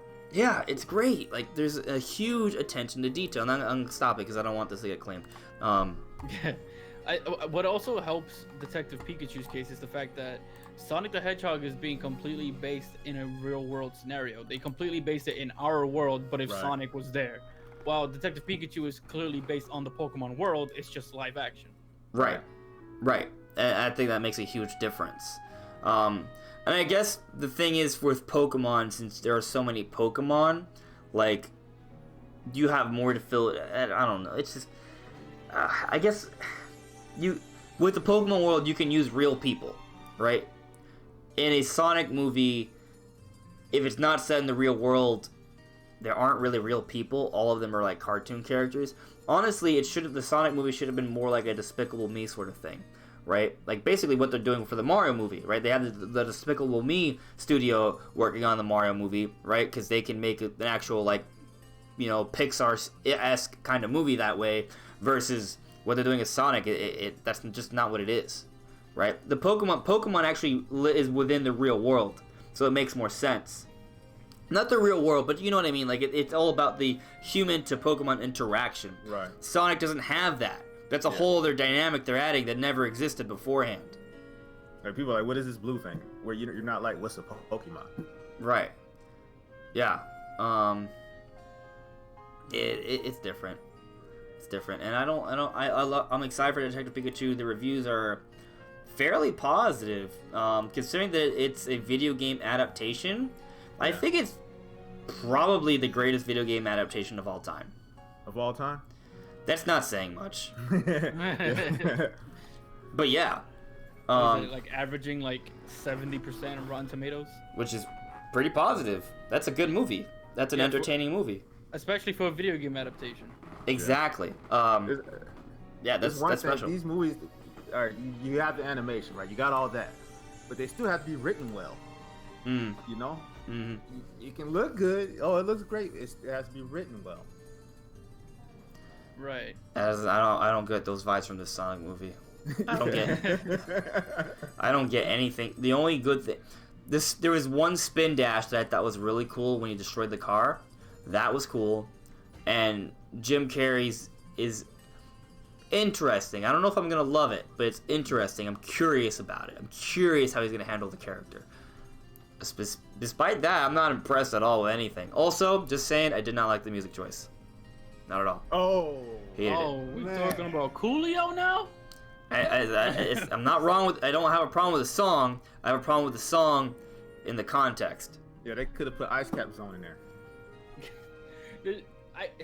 Look, I'm not a Coolio fan. In the 90s, I wasn't a Coolio fan back then. I'm not a Coolio fan now. The only time I willingly ever listened to Coolio was to watch Keenan and Kel. Okay? So, for me, it was just a bad choice overall. Yeah, I didn't like it. I mean, I guess the Detective Pikachu movie isn't using, like, Pokemon songs, but every piece of like music we hear in this Detective Pikachu trailer, it makes sense. Like you guys did even hear a little bit of the one I played on the stream. I forget what the song is, but it's a song that makes you cry, right? It's a really good song. Like they had classy choices for the the Pikachu trailers, right? The Sonic, I just oh god, like I mean, you got people that's their job to make sure the music is right. So, I mean, what happened there? The thing too is that the music choices for Detective Pikachu trailers, most of them, if not all, I could be remembering some wrong, but I feel most of those music choices kind of puts a spotlight on the relationship between Pikachu and that's what it's all about. Yeah, the main character. That's what I've heard. It's all about their relationship. That's what they really focused on. Exactly, but the music choice in Sonic tries to tell me that he's a gangster. Which, let's be honest here, he is not. Yeah, energy. I mean, here's the thing, but the whole idea of Sonic, right, if you go back to, like, the initial marketing for Sonic, it was about being fast and cool and a little edgy, right? That was what Sonic was kind of about. So maybe the edginess is what they're kind of trying to go for here, right? Maybe that's what they were sort of thinking. But, like, they didn't really get it. Like, Sonic doesn't look cool, man. He looks stupid. Do y'all remember like when the pictures first came out a few months ago and they was like, "Don't worry, everything's gonna be okay," and now not everything's not okay. It's like It reminds me of the meme with the dog where he's sitting in a house on fire. He's like, everything's fine. This is fine. That's what that guy reminded me of when he said that. Oh man, Yeah. This has been a mess. It's a mess. I don't know. Sonic has been the exact epitome of '90s rad attitude. So, Which I would have loved. If they that would have been cool. Yeah, it's. I guess just.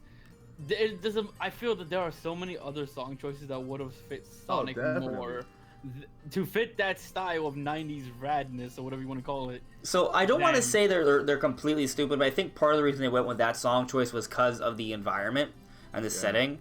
They felt like that would have been more fitting, I guess. So it may boil down more to the fact that they're making this in an environment that just isn't good for Sonic.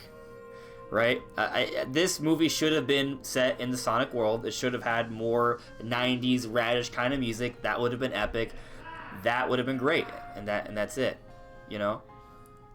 Right. I mean, they could have even chose a more modern song, just as long as the song itself fits the character in some way. Right. It's got to fit the scenario. Something fresh. Something. I don't know. I'm not good with music names, but I agree. You're right, Shifty. There's just so many things that they could have done. So many.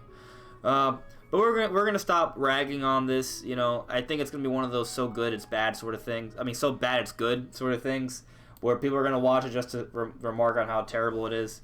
Kind of like the original Super Mario Bros. Movie that came out in '93. I can't wait for all the film and movie YouTubers to rip this one. Yeah, it's gonna be great. It's gonna be like watching something get like assassinated. But speaking of other Sega problems, right? And by the way, guys, I'm running through topics now, but I'm gonna focus on the chat to end the podcast, right? We're gonna kind of run through these. But the Sega problems. So basically, you know, I covered at the beginning, Sega's going through some financial troubles. They've had a lot of exclusivity on PlayStation. Not entirely, but a lot of their games, like Persona, for example. So now they're going to try and focus more on bringing more of their titles to other systems. So, what does this suggest to you guys? If anything. It opens the doors. The doors are wide open. The, what was I about to say? I forget now. Probably just... I don't know if there's any contracts behind the scenes or something, but some of the games that they have, that Sega has, is only on certain platforms for practically no reason that I'm aware of to put them on other platforms. Do we have do we know for a fact that Persona 5 cannot be on any other platform?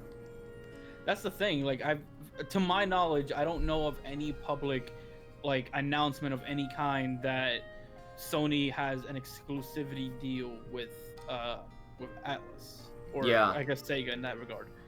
And the same thing goes for Yakuza, because Yakuza is on PC, I think. Well, at least some of them are. So they could easily take the Yakuza games they're putting on PS4, put them on Switch, put them on Xbox, even though no one plays it, and but you know, take those games, put them on there, and the same thing with Persona. Right. Yeah, exactly. I was gonna ask you Persona, but you took the question right out of my mouth. Yeah, it kind of just makes so much sense. Like, we just had the whole Scramble ordeal. Like, I think that took a lot of people by surprise. Were you guys surprised by Persona 5 Scramble? By the way, I was surprised by it. Not okay, partially down about it because, you know, everyone was hoping, Persona 5 for Switch. Yeah. But I'm not exactly someone who dislikes Warriors games. I have Fire Emblem Warriors, I have Hyrule Warriors. I think it's cool, but I think it's a Federation Force problem. When I say that, it's just kind of... So Federation Force was announced and it came out, and I don't think Federation Force is actually a bad game. I think it just came out at the wrong time. The reason it was so bad is people were like, oh my god, we're finally getting a Metro Prime game. Federation Force, chibi, like, people in suits that aren't actually Samus at all, and it's not really a Metroid game at all. Like, that was bad. Like, that was bad because people were starving for an actual Metroid game. Switch fans want a Persona game. I don't know if it's that heavy though, because I like Shifty's saying a lot of people like that warrior style. I think I see what you're saying, but I don't think it's that because I think a lot of people are going to accept this game. Right. No, I don't think it's gonna be a bad game. And I think it's gonna do well. And also, part of it is that Persona is coming. Persona fans enjoy it on PlayStation, right? Already. So there isn't gonna be nearly as much backlash for that reason alone. The Persona fans are getting their Persona games. They're getting their mainline Persona games. It's just that I think everyone thought that Persona would be coming to Switch, and it doesn't. I don't know actually. Do you guys think Persona 5 is coming to Switch? Yes or no? Because Persona 5 Scramble, like, I think the implication of it is different depending on if Persona 5 is also coming. I'm not sure, honestly. I'm on the fence about it too, by the way. So. Yeah, I'm not really sure. But there was something I was thinking about too, where if we're hypothetically okay with Sega putting Persona 5 on Switch, are we, and saying that's a good idea for them to do, are we also, as Nintendo fans, okay if they were to put Shin Megami Tensei 5 on PS4? I don't care. I don't care. It doesn't bother me. I'm fine with it. They could easily do like a whole, if they wanted to, do like a whole timed exclusivity type thing with it as well if they wanted to. Kind of like, because that's pretty much what Persona 5 is having if it does end up coming to Switch. I think the other thing is that I don't really know anything about Shin Megami Tensei, and I haven't seen anything on it for Switch yet, right? It's like not really that big of a deal in the media right now. Maybe, you know, as a, like, does it even have like a release date? I know very little about this game. I know that Shin Megami Tensei, you know, Atlas develops that and Persona, and they're related, and Persona's like a spin-off of Shin Megami Tensei. I understand that. I don't know anything about this one that's coming to Switch, besides that it's coming.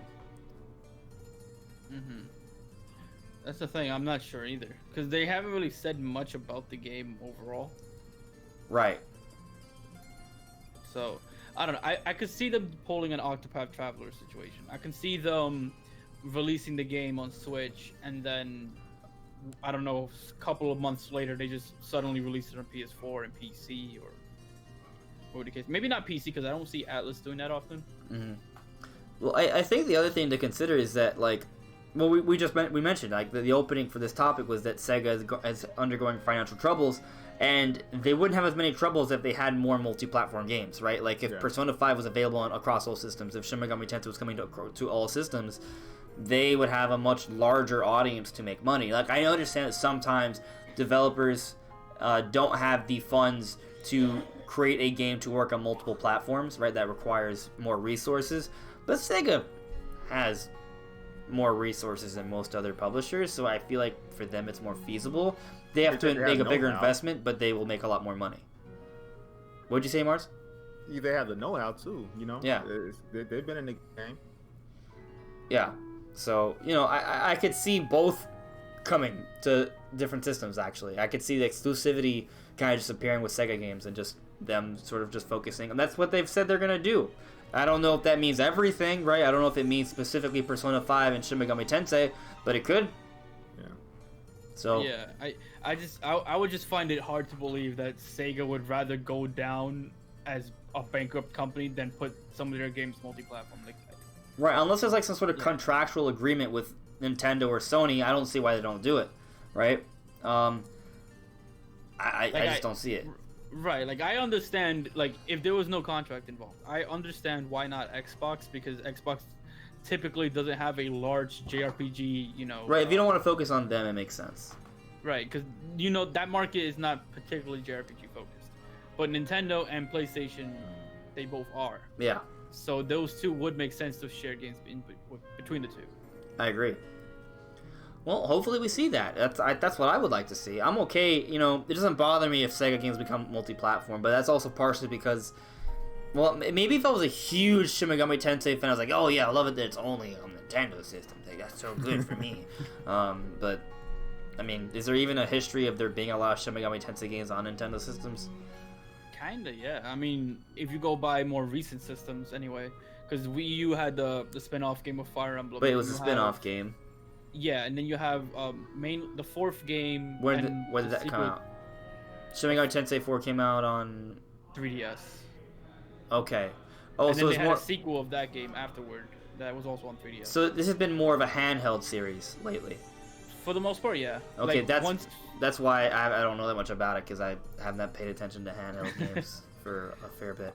I think I could be wrong, but they used to be on PlayStation also. Like, I want to say there was a good amount on PS2, and then they had a sudden shift where they started putting like almost all of it on DS, 3DS, Yeah. and that kind of thing. Yeah. I guess you could say it's like Monster Hunter-ish when it comes to that. Right. Monster is a weird situation. Yeah. So it's kind of like that. Okay. All right. Well, I think we're pretty much ready to move on, right? Sounds good to me. Yep. All right. Cool. Let's follow the chat, and then we'll move on. Let me see. Computer Roach, you added me. They have to change way more than the model, like the story and set in Sonic's world, because it looks so out of place in the real world setting. Yeah, and I don't think that's gonna happen, because that basically requires making a whole new movie. Yeah. Sabbath. The Sonic trailer caused. Yeah, the Sonic trailer caused Sega's problems. I not actually, but it's its own problem that is not good. Yeah. I just feel bad for like Sega, and because it's like they've been around. They got Sonic, which pretty much should be like Mario as far as capitalizing on money opportunities and stuff, and they're still in this situation. They only really had Sonic Mania really recently, right? I can't. Well, I mean, the Persona, Sega's a parent company to Atlas, right? Like Persona's doing well. So I just feel bad for them. I just hope they don't fail financially. Right. No, me neither. I don't want Sega to fail. There's some things they can do that are really cool, so I hope that doesn't happen. But let's move on to something else that actually Sega is also somewhat responsible for. Bayonetta. They co-publish Nintendo and Sega co-publish Bayonetta. They were the initial publishers for the series. Of course, Platinum Games develops it. But Bayonetta 3, we recently got an update that based off what the team learned from Bayonetta 1 and 2, they're going to be designing Bayonetta 3 differently, which may be kind of hard to sort of, like, do you guys really take too much from that? I don't really know what to make of that. I guess all I'm really expecting is for Bayonetta 3 to be kind of like a bigger jump in terms of what they're going to do with the game, mechanically speaking, but that's pretty open, right? I can't really imagine what exactly to do. Maybe a more open world. This is the first thing that comes to mind. How do I make this game more advanced? Make it more open. They could do that. What came to my mind initially was having a story that involves two characters that you're actively going in between, kind of like what Devil May Cry does. Okay. Oh, by the way, guys, Devil May Cry was also announced for Switch. Oh yeah, I saw that. Yeah. Or was that rumored? No, that was. I think I saw a tweet. Okay. Okay. Yeah, so it's kind of interesting how that's happening. Yeah, I'm not entirely sure what they can do to sort of push the series forward, aside from just working on scope and adding a few new mechanics, like the switching mechanic you just suggested, Shifty. But I guess the technical topic that I put here is Bayonetta 3 in 2020. Now, the reason I brought this up is because, one, initially when I heard the news, I was wondering if this meant that they were going to have a larger development cycle for Bayonetta, because if they're, really trying to push the design for this game to make it quite an advancement from previous games. They've alluded to this several times in their interviews. That means bigger budget, bigger scope, longer development time. So to expect it sooner than later may be too much of an maybe not a fair expectation, right? Especially now that Astral Chain is coming out this year, another game published and not published but developed. Nintendo's publishing, but it's developed by Platinum Games, right? So I don't expect Bayonetta 3 to come out this year at all. But I think 2020 is reasonable. Where do you guys stand on this? Where do you think Bayonetta... If you guys have any thoughts on it, maybe coming out this year or next year or beyond, let me know. The other side of 2020, the way other side of 2020. Holiday. Yeah, and I think, this is me, no disrespect to Bayonetta, but I'm going to base everything on Bayonetta 3 on some of the things I see in Astral Chains. like, cause even when we saw the trailer and before it said Platinum Games, I'm like, this feel like Bayonetta. This got that kind of look and feel. So they'll take whatever they got there and just build upon that. But I think it'll be the other side of 2020 with Chains coming out here pretty soon, just to separate the games, just to put some space between the games. Right. Well, just one thing to take into consideration: it's like a newer, younger team that's working on Astro Chain. Oh, so, Bayonetta 3 has a bigger, more experienced team with a bigger budget working on it, right? Mm-hmm. So, if Astro Chain for whatever reason bombs and isn't that good, I don't think that's an indictment on Bayonetta 3 necessarily. But I also, to your point though, what they accomplish with Astro Chain on the Switch, I think it'd also be telling what they could maybe accomplish with Bayonetta 3. So, what they managed to do with Astro Chain, right? That means that, hey, they should be able to do an even better job with Bayonetta 3 because it's an established game. They understand the concepts and the gameplay mechanics of that particular game. It has a bigger budget, so they should, and it's a more experienced team. They should be able to accomplish even more with Bayonetta 3. I guess I'm like in a partial disagreement, right? Because if the game bombs, I don't think that means Bayonetta 3 is going to suck, right? Oh yeah, but, yeah, for sure. But I do think Bayonetta 3 should be a better game. Like, it has all the advantages. I can see that. It's the game that was, I don't want to say first, but it's, I guess how you're saying, like, it's the leader, it's the experience. Mm-hmm. Right. I would also think that, just to kind of make sure this is, or at least I make this clear anyway, but I don't necessarily think that anything that is impressive that they do in Astro Chain necessarily means it'll be in Bayonetta 3 either, because they could be going for a completely different style of game with Astro Chain. They could be going for the feel of being that officer in that city and whatnot. So they decided that a best way of getting that feeling would be to, make that whole open area where you walk around and whatnot. Bayonetta is more about like spectacle and this like big story with the witches and the sages and all these things. So if they do open world, it wouldn't surprise me, but it also would not surprise me either if they decided to not do an open world because it doesn't fit the style they're going for necessarily. It's kind of like the idea where where Breath of the Wild went open world, everyone expected Pokemon to go open world. Where it's, for that same reason, I don't necessarily expect Astro Chain's like development and style of game to kind of transfer over to Bayonetta. There might be some things that transfer over though, just not everything. Right, because it's two separate teams with two different design decisions, right? So, but I do think there is, I do think there could be some things that will sort of relate between the two because it's under one house, right? Like there are discussions between the two. So I don't think it's crazy to think that some things from Astro Chain could give us an idea for Bayonetta 3, but we're not going to know exactly what those things will be until we see more of Bayonetta 3 and Astro Chain. But so I think it's kind of like a gray area for all of this, right? Like everything's like kind of in the middle for all these different aspects to the game. I'm actually really hyped for Astro Chain, by the way. I might end up liking Astro Chain more than the Bayonetta series. It just seems kind of more up my alley. We'll see how things pan out, though. So I guess just to come to like some sort of conclusion here. I'm thinking Bayonetta 3, we'll see it in 2020. Maybe they show it off this year, but I think its real time to get the spotlight is next year.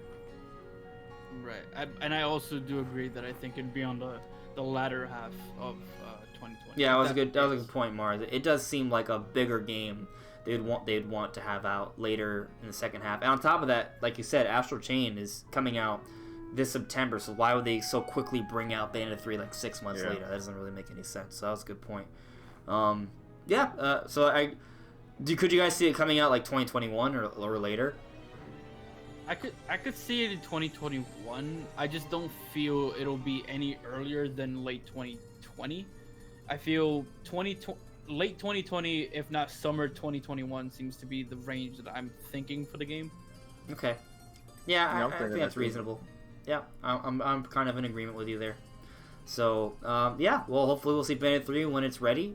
And if it gets a surprise, like, gameplay reveal at this E3, that'd be a cool surprise.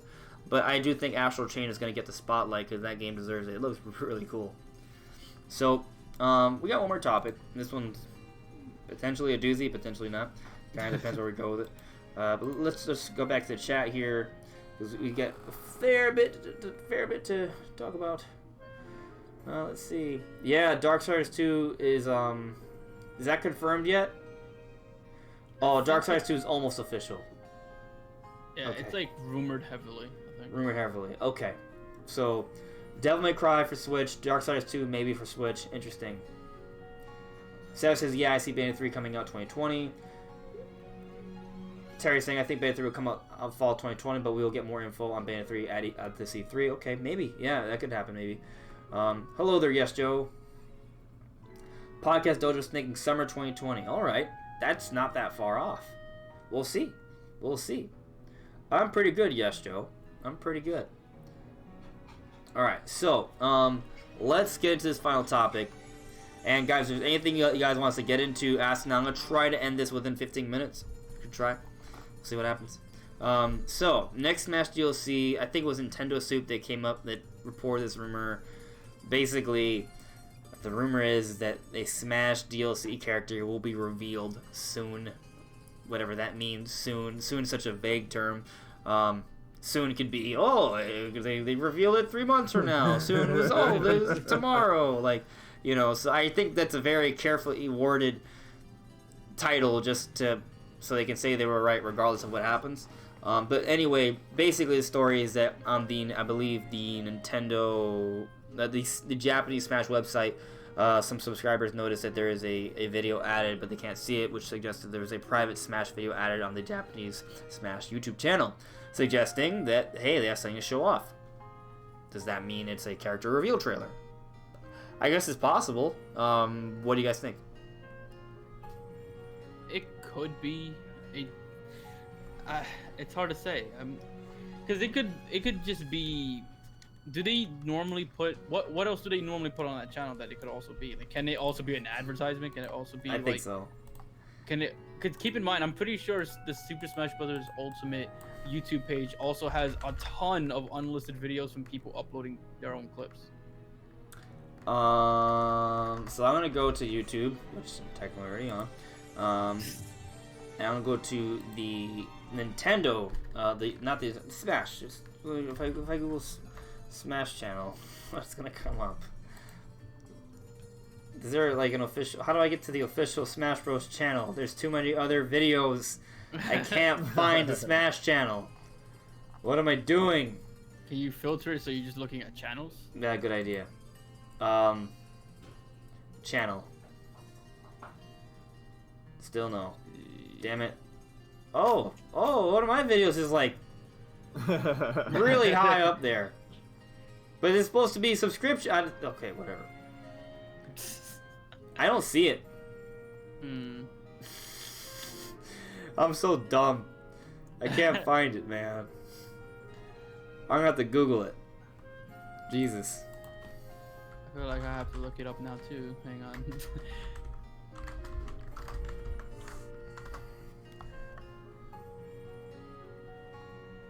Jesus. No, I'm not trying to get to Zero's channel.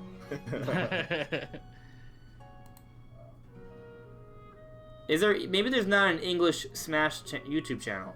I think there is, but it's mostly just for when people post their like their clips online, and it's just like an unlisted video. Because if you use someone's if someone manages to get a link from, like, I don't know, some tweet or something, it does show it comes from that channel. Where the hell is that channel? Can't find anything. It's unfindable. Oh, I'm sure someone in the chat's like, dude, it's right there. I can't find it either. Yeah, I'm not sure then. Oof. Oh, maybe the original article should have it. Right? Maybe. Oh, then again, they might mention which channel specifically then. Maybe, yeah. So that should simplify it. Alright. So I'm going to the original article. Rumor in it. Next Super Smash Bros. Ultimate DLC character could be revealed in near future. Okay. Thanks. Love the vagueness. Source via... Okay. It sent me to about blank. Well, that's reassuring. Come on. Oh, this is weird.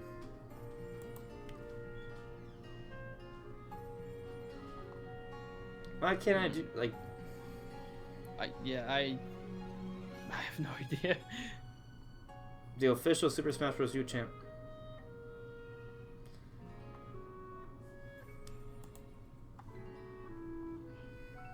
Okay, actually, I just realized how to get to the Smash Bros. YouTube channel, by the way. Go to the Smash Bros. Website and click on one of their videos. That's an idea.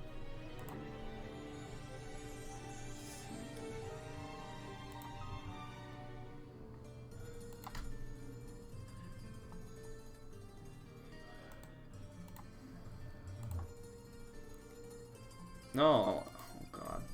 This is not working. It's gonna work. I have faith.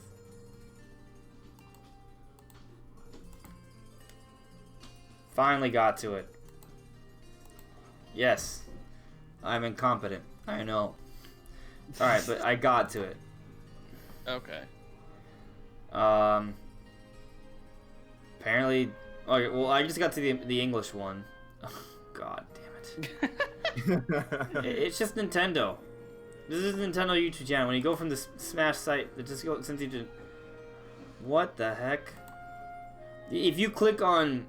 You know when you go on someone's channel and you click on their like icon so you can go to their actual channel page, it just when you click on the Smash icon it just sends you to the Nintendo YouTube page. It's weird. So I don't really know what to make of that. Maybe I should try and go to the Japanese version of the Smash website. How do I do that? Select language. Japan. This is not worth it, man. It's not worth it. We're not finding it. That's it's fine. not worth it. I do like it could be so many different things, like you're saying, Shifty. It could be like just fan videos. It can be advertisements. There's different kinds of videos there can be. How often is it? I don't know. I just don't think. I don't think that it could be something. It might not be something.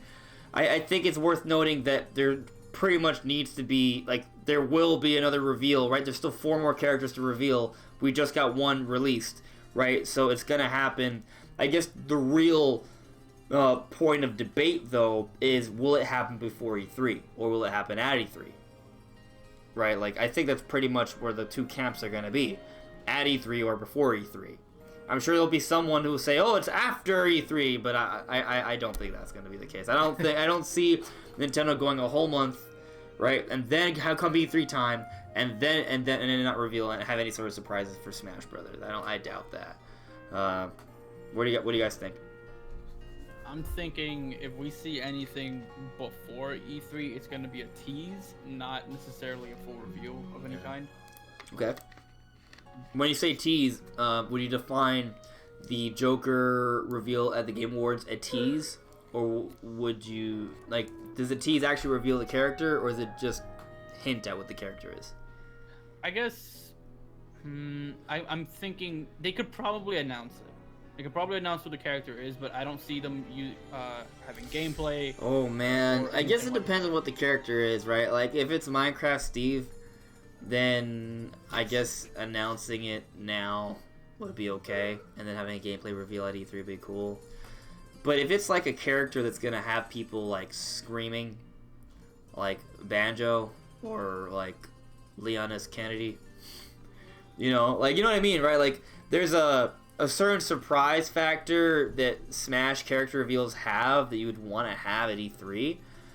So I guess if it's a character that they expect blowback for, maybe they, you know what I mean? Like there are some character reveals that everyone's gonna invite with warm arms. But for example, I think we both agree that Erdrick's probably one of the next Smash DLC characters, right? If it's Erdrick, like no one in America is gonna be like, oh my god! Like, okay, some people will, but like, but you know what I mean? Like the masses of the American audience won't be like flipping tables for Erdrick, right?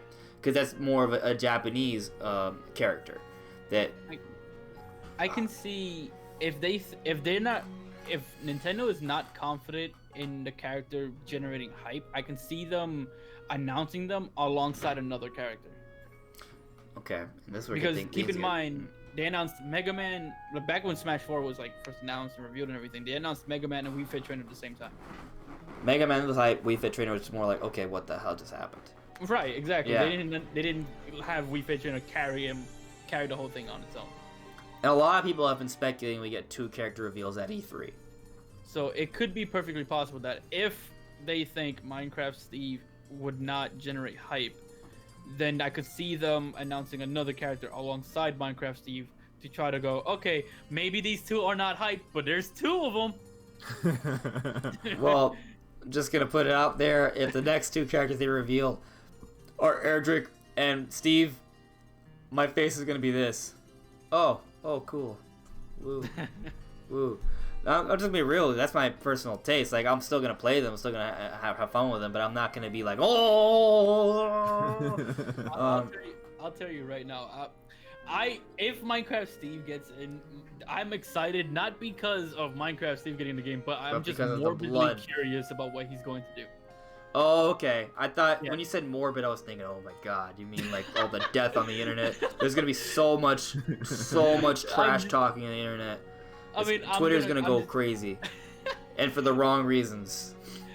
I'm just super curious because, like, I don't know if you guys ever played this game called Rivals of Ether. No. Yeah, I know of it. Okay, so it's pretty much like a Smash Yeah. Brothers indie game. So Yeah. just in case nobody knows. Okay. But my main in that game is a character who makes blocks out of the floor and throws them around and selects people using Okay. blocks and stuff. That's funny. If Minecraft Steve is like that, I might find a new main. Oh man. That'd be kind of funny. That'd be funny to see. Yeah, I mean, it'd be interesting. You know, like I'm not trying to say the characters wouldn't be fun. I'm just simply talking about, like, you know, it just. I don't think it'd be very hype inducing. But everyone has different tastes, right? I know there are some people that'll be like, "Oh my God, Steve!" I think part of the problem is that Steve is such a basic name. No offense to anyone who has Steve as a name. I just mean like it's a very normal name, right? Like, it's not a video game character name. You know what I mean? Well, if you want to be fair, Ken is a pretty normal name too. You think so? Ken? Yeah, not Piggy for me. Man. Yeah. Ken is kind of a normal name, yeah. Okay, well, I mean, if we want to say that, I say, well, when Ken was revealed, not that many people were flipping. They weren't that excited about it. Like, it was just, okay, Ken's here. We all saw that coming, you know. So, yeah. Ryu's cool. Really cool name. Ryu means like dragon. That's epic. So, yeah, we'll see what happens. Is Ike a normal name? Say I Ike. don't think so. No? I We got don't. Mike I've and ne- Ike? Have Mike and you- Ike is a thing? You have any I Ike? think they're like Ike? 70s or 80s. Oh, maybe, yeah. I've never seen or heard of an Ike in my life. Never. Alright, but Leon S. Kennedy, Leon? Leon's a cool name. It's a normal name, though. Kennedy is the name of the president. I agree with you. And then when I brought up the point, the first thing that came up to my head and I didn't mention was, oh, yeah, well, Leon's normal. But it's just Steve. It's not even like Steve Rogers, like, you know, Captain America. It's just Steve. Just Steve. So What about Rob? it's an acronym, I think. I don't know. I don't know. I don't know. Super basic. Yeah. No, it is an act. Oh, if I think it acronym is. what that is, I guess. I'm pretty sure it's an acronym. Rob, like, you know, R period, O period, B period, each letter standing for something else. Operating buddy. What'd you say? It's Robot Operating Buddy. There you go. It's an acronym. So, yeah. Fox, Donkey Kong, Mario, Marth, Roy, Sonic. Mario, you can kind of argue it a little bit. Yeah, you can. But it's Mario. He's Yeah, the I mean, icon no, of video games. Yeah, he's iconic and all that. Yeah. I mean, who else can you argue? Maybe. Well, then again, Steve. Isn't he like a character that's completely malleable? He would be kind of like similar to naming Robin in Fire Emblem. So what would it be? Stevina? I mean, you could name it whatever you Stephanie? want. I think. Steve and Stephanie? Like, Steve is like the default name. right? Yeah, I don't know. We're literally just arguing about which names are basic and which names are not. We'll see what happens, guys. I do like the idea of there being 2 character reveals at E3. I do not expect 2. I expect 1. But 2 would be crazy. That would be hype. Yeah, I would like to see that. Do we disagree that the next reveal is going to be at E3, or do we think it's going to be before? Like, I'm predicting E3. Yeah, E3. That's the setting. I think E3. If they announce anything beforehand, it's to hype us up for E3. Yeah, I hope there's no hype killers. Yeah, pretty much. Wait. Recessive Gamer is saying, actually, it's Steve with a question mark. Not many names have a question marks in them. Okay. There you go. That's a game changer. There you go. It's like, is it Steve? That'd be hilarious. Alright, so let's get to some of the questions. Let's focus on chat for... where are we on time? Oh, we're at time. Okay, for like 5 minutes.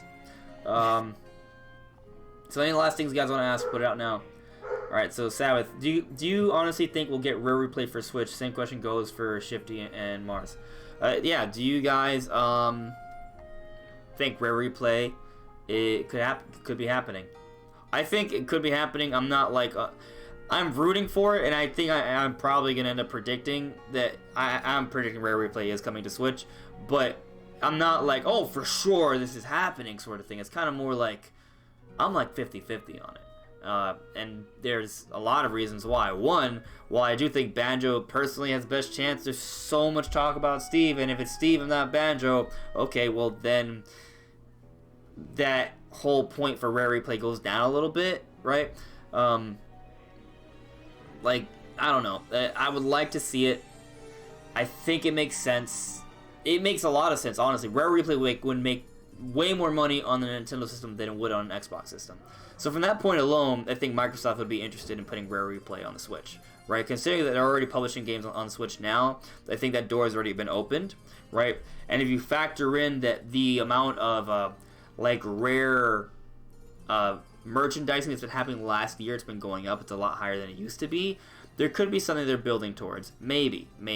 And then, of course, when you factor in the whole Banjo-Kazooie debate for Smash, that kind of adds things a little bit as well. And it also makes sense because, like, if you look at Joker, if we only get Persona 5 Scramble, whatever, like, it's it's not like a full-on new game for Persona, but it is a game from the Persona series on Switch. So if it fits along with that thinking, right? If we're getting Erdrick, we're getting Dragon Quest XI's, right? If we get Banjo-Kazooie, Rare Replay also makes sense, right? That's not a full-on new game, but it is a really interesting port that we would love to see, right? So I think it's reasonable. And I do think I am predicting it, but I don't. I'm 50-50 on it. Well, I think it's very possible, especially after Cuphead is a thing. But I don't necessarily like even if Minecraft Steve was the character that Microsoft went with to put into Smash, it could still happen. But it could still happen. I feel like if Banjo was the character that got into Smash, it'd be a huge push to get Rare Replay on there. But I feel if they wanted to put it on there, they're gonna do it regardless if Banjo got in or not. Right. I mean, I'll just agree with it. I just worded it differently. Yeah. I think it's possible, though. I think it's very possible. Yeah. Where do you stand, Mars? You feeling the Rare Replay? I think so because I personally think there's a lot of things that go on behind the scenes that we just never see among the executives and the business people of the industry. I think these kind of things are based more on relationships. And I think the relationship is a good relationship, and it just takes some talking, not necessarily a business decision, but a relationship decision. It's like, can we work something out? And Nintendo and Microsoft seem to have a pretty healthy relationship right now, so that door is open. And it always made sense to have Rare Replay on a Nintendo system because it would make more money. And to your point, Shifty, they don't need. if Banjo is not coming to Smash, it still makes sense to have Rare Replay on Switch because they would make a lot of money. And to your point, Mars, that they have a good relationship, as we've sort of seen over the last year, that door's open, right? So it's definitely, I think it's definitely possible. Will it happen? I'm just gonna say 50-50, which I think is pretty high. I feel like 50% is pretty high when if things gonna happen, right? It's a coin flip's chance. Yeah. But we'll see. Yeah, you guys have anything else to add to that, or? I just feel most, if not all, Microsoft games that aren't considered too demanding for the Switch would be coming over in some capacity. Okay. But there's a lot of stuff, though, right? So it can't all happen overnight, either. Yeah. Right. But So you'd probably see, like, Ori and the Blind Forest and Rare Replay and all these other games just kind of trickle in over time. right, we have heard about the rumor of, like, some sort of mobile Forza coming to Switch as well. Right. So there's stuff coming, for sure. And, of course, there's the rumors of a Master Chief Collection and also Rare Replay has been a part of those rumors as well. Like, these are ports we're talking about. We're not talking about brand new games. So it's all things that can run fairly easy on the Switch, right? We're not expecting for Halo, what is it, Halo 6 that we're on now? Like, I don't expect that to come to Switch anytime soon. No, I think Halo 6 is Halo, what is it? Infinite? Halo Infinite? The new Halo that's coming, what's it called? Halo Infinite. Okay, good. So I wasn't wrong, I was just wrong. Got it. But Got it. yeah, I don't see that coming, and they could have Halo 1 through 4. It could run on it just fine. Right, because those are 360 games, 360 or worse. Or OG Xbox. Right. Halo 5 is probably the only one that they might have to like tweak down a bit to get it running on there, but it could still run, I think. Yeah, I agree for sure. So I think that's basically how it's gonna be. Like, the high-profile AAA recent Microsoft games won't come to Switch until they're no longer high-profile recent AAA games. They'll come out, a little bit later down the road probably. But all of the other stuff, like Master Chief Collection, Rare Replay, Forza, like an older version of Forza, or like the smaller indie kind of games, those all seem to be fairly likely. So yeah, fingers crossed, guys. We get some analysis relatively soon. All right, so go on. What were we saying? Well, I was just gonna say, yeah, and chances are I'm probably gonna support like a good number of those games. Oh, for sure, That's man. if the demand is there, you gotta have if they see demand, like everybody gonna be rocking with it. So, right. I mean, then they were like capital think dollars. Okay, like I don't, especially us. Like that's us. It's a rare situation. So yeah, definitely. Yeah, for sure. And I think. And for that reason, like, let's say Rare Replay is coming. Like, if Rare Replay is announced for Switch, I will further jump on the Banjo bandwagon, because I feel like pairing those up together is good marketing. You know what I mean? Smash makes money. Let's just be real.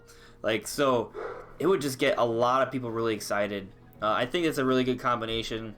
Ideally, that's what happens for me personally. We'll see. We'll see how that plays out, though. Yeah. The amount of money that Smash makes is ridiculous. It's the best-selling... Well, Smash Ultimate specifically is the best-selling fighting game of all time. So having your characters show up on there in any capacity is a lot of publicity. Some people would argue that Smash is not a fighting game. I'm not one of those people. I will fight them to the death. In Smash. In Smash. Yeah, I will. Smash, yeah. I will. You know what's interesting? I could see that playing out. I could see that playing out where you will have an argument with someone like, oh, I'll fight you for it. All right, let's fight in Smash. And they're like, okay, cool, I'm going to fight you in Smash to prove that Smash is not a fighting game. Really? Okay. All right, let's see how you do, party boy. Let's see. Yeah. And I'll fight him in a regular traditional fighting game and then hopefully do well enough to win to show probably lose. Probably, yeah. Yeah. If I play Mortal Kombat, I might have a chance. Yeah. Is there any other questions I missed, guys, that we should address? Let's see. Oh, that's an interesting question. Peter Rowitz is asking, when do you think the announcement and release date for DLC Fighter Challenger Packs 3 through 5? After E3. Although Challenger, as you noted, Shifty, maybe 2 and 3 could be at E3. Right. It depends on their confidence on one of them. I think one of them is probably going to be at the Game Awards. This could be the final one. The final one might be revealed at the Game Awards, or either the fourth or fifth one will be at the Game Awards. I think if there are, let's just assume, and I don't think this is a good assumption. I mean, it's possible. I think it's possible, but for the sake of this argument, let's assume that both the second and third DLC characters are announced at E3. That leaves 2 more to be announced. I think one could, assuming they probably would take a while. Maybe one comes out around E3 time, and the other takes a couple months, right? But that happens, and then I could see one coming out maybe around the Tokyo Game Show or September Nintendo Direct, and then the final one being revealed at the Game Awards the same way Joker was revealed, and it comes out like late January or something, or early February. That could work. Because I do believe they had the timeline end around then. Was it January, February? February 2020. Yeah. Right. That's when they want them all out to be out by. Yeah, I think that makes sense. I could see that. Yeah. So one more question to sort of end off the discussion, guys, because we're going to call it a night. Once the Fighter Pass ends, presumably by February 2020, do you think that's it for Smash content updates, That's minus patch changes? No. No? And simply just because even in Splatoon, they'd be like, this is it. There's no more. We're telling you.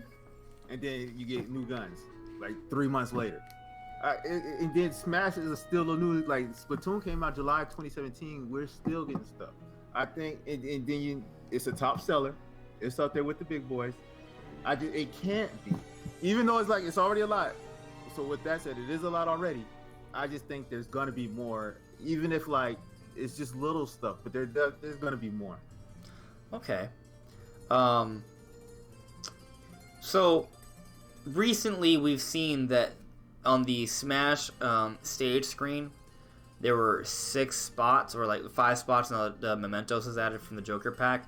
And people were thinking that, does that mean that there's going to be 1 extra spot for a stage? Well, we did see that apparently you can still have, there is, I forget where, but there, a custom stage thing can be put over that stage select screen. So that eliminates that whole argument, and there's only 4 more spots left for Smash stages, new ones from the Fighter Pass.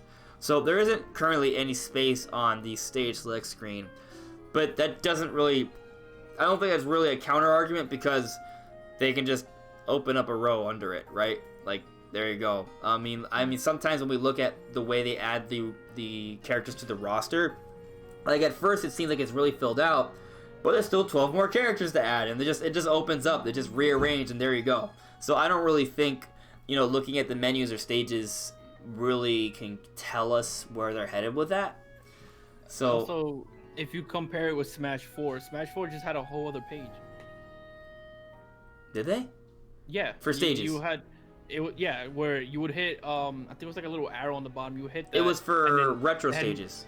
It was like Miiverse and like a bunch of other stages as well. I think they had they categorized them. They had different pages. Yeah. Right.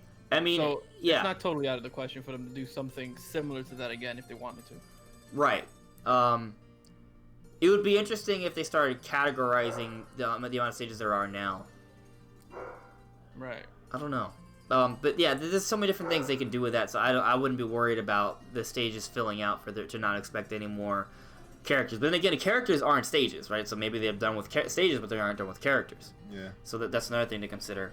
I also feel like someone, I think, was it Computer Robots? I'm not sure who, but someone mentioned that maybe they got an Echo Fighter Pass. Like, I think that's totally reasonable. Like, because it's not that much work. I think maybe they don't have an Echo Fighters Pass, but I could see them dropping an Echo or 2 down the line. Like, just like, here's an Echo, right? Like, there you go. Like, I could see that happening.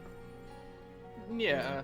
I mean, if they're exactly the same, almost 1-to-1 even, it pretty much be like I said earlier, like a skin change. Pretty much, exactly. And I do think I should add skins for purchase as well at some point. I would be way more willing to buy skins for existing characters than me outfits. Yes. Like if I can... Yes, agreed. I don't really care for the Mii outfits.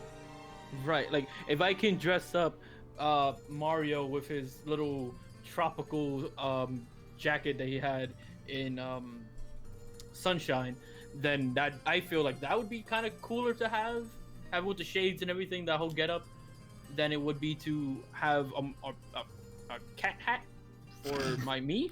Yeah. Yeah. No, I'm right there with you. Right there with you, 100%. But I mean, I think we've reached an natural conclusion. We all kind of think that there's still way more content to come for Super Smash Bros. Ultimate. And just to read a point that made sad with me, he said it's the Ultimate Smash Bros. For a reason. So I think we'll get more stuff after all the DLC is finished. That makes great sense, Sabbath. I agree. Computer Robots just said they should add a boss rush and as a free update. I would love that. I think that's probably going to happen. That's so simple. The boss is already in the game. You just have to organize it in a menu in a consecutive order. Especially if they add a couple more pirates. Not a couple more pirates. A couple more bosses. It would actually be really cool if we see something where like in this, because you know how Joker came in the same time as the 3.0 update. If they did something like that again, and along with one of the characters, they added boss rush and added a boss from that character's game. Yeah, and there is a rumor that one boss. Well, we've seen one boss rumored, and that's the Ender Dragon from Minecraft, right? We've seen that rumored as potentially content for Minecraft. So that'd be pretty cool. I'm all for dragons. I love dragons. So if we're gonna get a dragon boss, I'm down with that. That'd be pretty interesting. The podcast Doja said, or King K. rolled his pirate outfit. Oh man, yeah. Instead of just the hat, the whole thing with the actual coat. Bringing back trophies would also be really cool to see Computer Robots. So, but I think we've reached a natural conclusion for this discussion. We could probably actually. Oh no, it's you guys keep on. There's a lot of stuff. I definitely also want home run contests and break the targets Sabbath for sure. There's a lot of modes they could add. But I have to go to the gym. What are you saying, Mars? This is the last thing I'm gonna say. I just think in modern day gaming, when your game sells well, and you don't bring out the content, it's like leaving money on the table. Yeah. Right. Yeah. Especially it's only going to be a year old in this December, right? But to that I say, why didn't they add Mario Kart content? Like more tracks. Who would not have bought that? How about right now? Like shadow drop it, please. Honestly, like for myself, when it comes to Smash, in terms of features, I just want more features available to be played with my friends online. I want to play Smash. They need to make that more robust. I agree. Right. Yeah. Because I want to play Smashdown with friends, but I don't really. Some of my friends are across the country. I don't want to have to fly them out just to play Smashdown. Yeah, I get you for sure. That makes sense. So I guess just one more thing. All right. So you just mentioned, Shifty, how you want more features with online, but is there any particular mode that you guys have been wanting or something along those lines that you would like to see in Smash that hasn't been added yet? I personally, I don't know why you can't do the online tournament bracket. Yeah, like why can't you just take the tournament bracket that's there and just add a bit of an online infrastructure to it? Yeah, that's one of my major things. I would like to see that. That's kind of my thing as well, because there's not a lot of side modes that I actually play. Like I've barely ever played Break the Targets and Board the Platforms on 64 and Home Run Contest. Oh, I love those. I want those, honestly. That's what I want. I've barely ever played. I don't even touch Stage Builder unless it's like a downloaded thing that I want to. I just like looking at all the weird crap that people come up with. Basically, yeah. Yeah. But for me, it's mostly just taking the modes like tournament mode, like Smashdown, and just making them available online. Because for me, the most fun I have playing Smash is just playing the regular Smash game. So anything that takes that concept and just kind of twists it on its head is more fun to me. So I'm pretty sure I talked about it with you, but like, what if they had like a season, like an online season in Smash, right, where you compete against other people, have a record, you compare your statistics, and there's like an actual season you play to like a playoff as well, right? That would be really cool to see. I would love to see that. I do remember there was a game that kind of, I think, tested the idea of something like that, where it was a fighting game similar to Smash, and they kind of like based their whole concept over like Overwatch, where they had skins and whatnot. Then they had seasons, and you would play and get skins and try to get you to buy skins because it was a free-to-play game. Well, I don't mean it like a season, like Fortnite or something where it changes every like 2 or 3 months. I just mean like maybe something that can last 2 weeks or so, where you play online and your record can decide if you go to a playoff. Sports games do this, right? Like there are sports games that do this, so that'd be cool. I mean, I also wouldn't be opposed to that as either, where there's different skins you get with new seasons as well. That'd be cool too. I mean, they can make it all one thing. Like, what if they have a new Smash season, and when you do it, you get a particular new skin for a particular character? That it's kind of like a reward for competing in the season. I think the issue with that, though, is that it kind of opens Pandora's box when it comes to monetization. Well, if it's not paid, if it's just free. If it's entirely free, then the rewards they give you has to be very easy to get. Because then you're going to have a lot of people who are going to miss out on a skin that was specific to a particular event, and that because they can't get it anymore. Other games do that all the time. Yeah, but they make them available for purchase. Right. That's what they could do. If it's available for free if it's available for free at first, and all you have to do is opt into a season, and you have a 2-week period to do it every 2 weeks, I think that would be okay. I would have zero problems with that. Okay. If you have a 2-week period to get it for free, and all you have to do is go on your Smash game and opt in to get it, and then afterward it's paid, I'd be okay with it. I would be okay with that. That's just me. And in that case, you could kind of chalk it up to something being very similar to how event spirits work. Mm-hmm. Because event spirits kind of work that way, where they're not paid in any way, but getting them are extremely simple. Right. And they're only there for that event. Right. And I just want to be clear, though, like, I don't need skins or any sort of benefits to this. For me, like, just the premise of competing with a record, right, and building towards a playoff is cool enough to me, because that's basically just a tournament on a wider scale, right? That spans days rather than, one sitting or a couple hours, So having that structure in Smash alone would be cool to me. Just seeing the W's and L's, right, and seeing if I can make the playoffs, that's exciting enough for me. And that it puts another spin on just the Smash formula, but just mixing it up a little bit. That's something I'd be okay with. But we're done because I gotta go. So, but I mean, is there anything else you guys want to talk about, like, or bring up with your channels or anything before we call it a night? Not much. My channel has just been mostly focusing on like competitive. I guess Nintendo is kind of where I'm trying to go with it. So I've been playing Mortal Kombat and Smash Brothers. Okay. So that's what I've been doing lately. But that's kind of it. I look forward to when F-Zero GX HD comes with online. I'd like to see how you fare with that. It'll be your fingers will bleed. I look forward to it. I have my GameCube controllers from Smash ready for it. Oh, there you go. You'll be ready. How about you, Mars? Anything going on with you, man? Just Splatoon 2.5. Splatoon 2.5. Yeah, I haven't been paying attention to all the content stuff. How has that been? It's been good, man. Like I always say this, when the game first came out, it was Splatoon 1.5. Now it's Splatoon 2.5. Okay. But the content it's been good. So what happens when they get Splatoon 3? That's what I'm wondering. Like how is it gonna be Splatoon 2.5. Exactly. It's good because when the game first came out, it was bare bones. So, but now it's pretty meaty. Do you have any hope of there ever being split screen?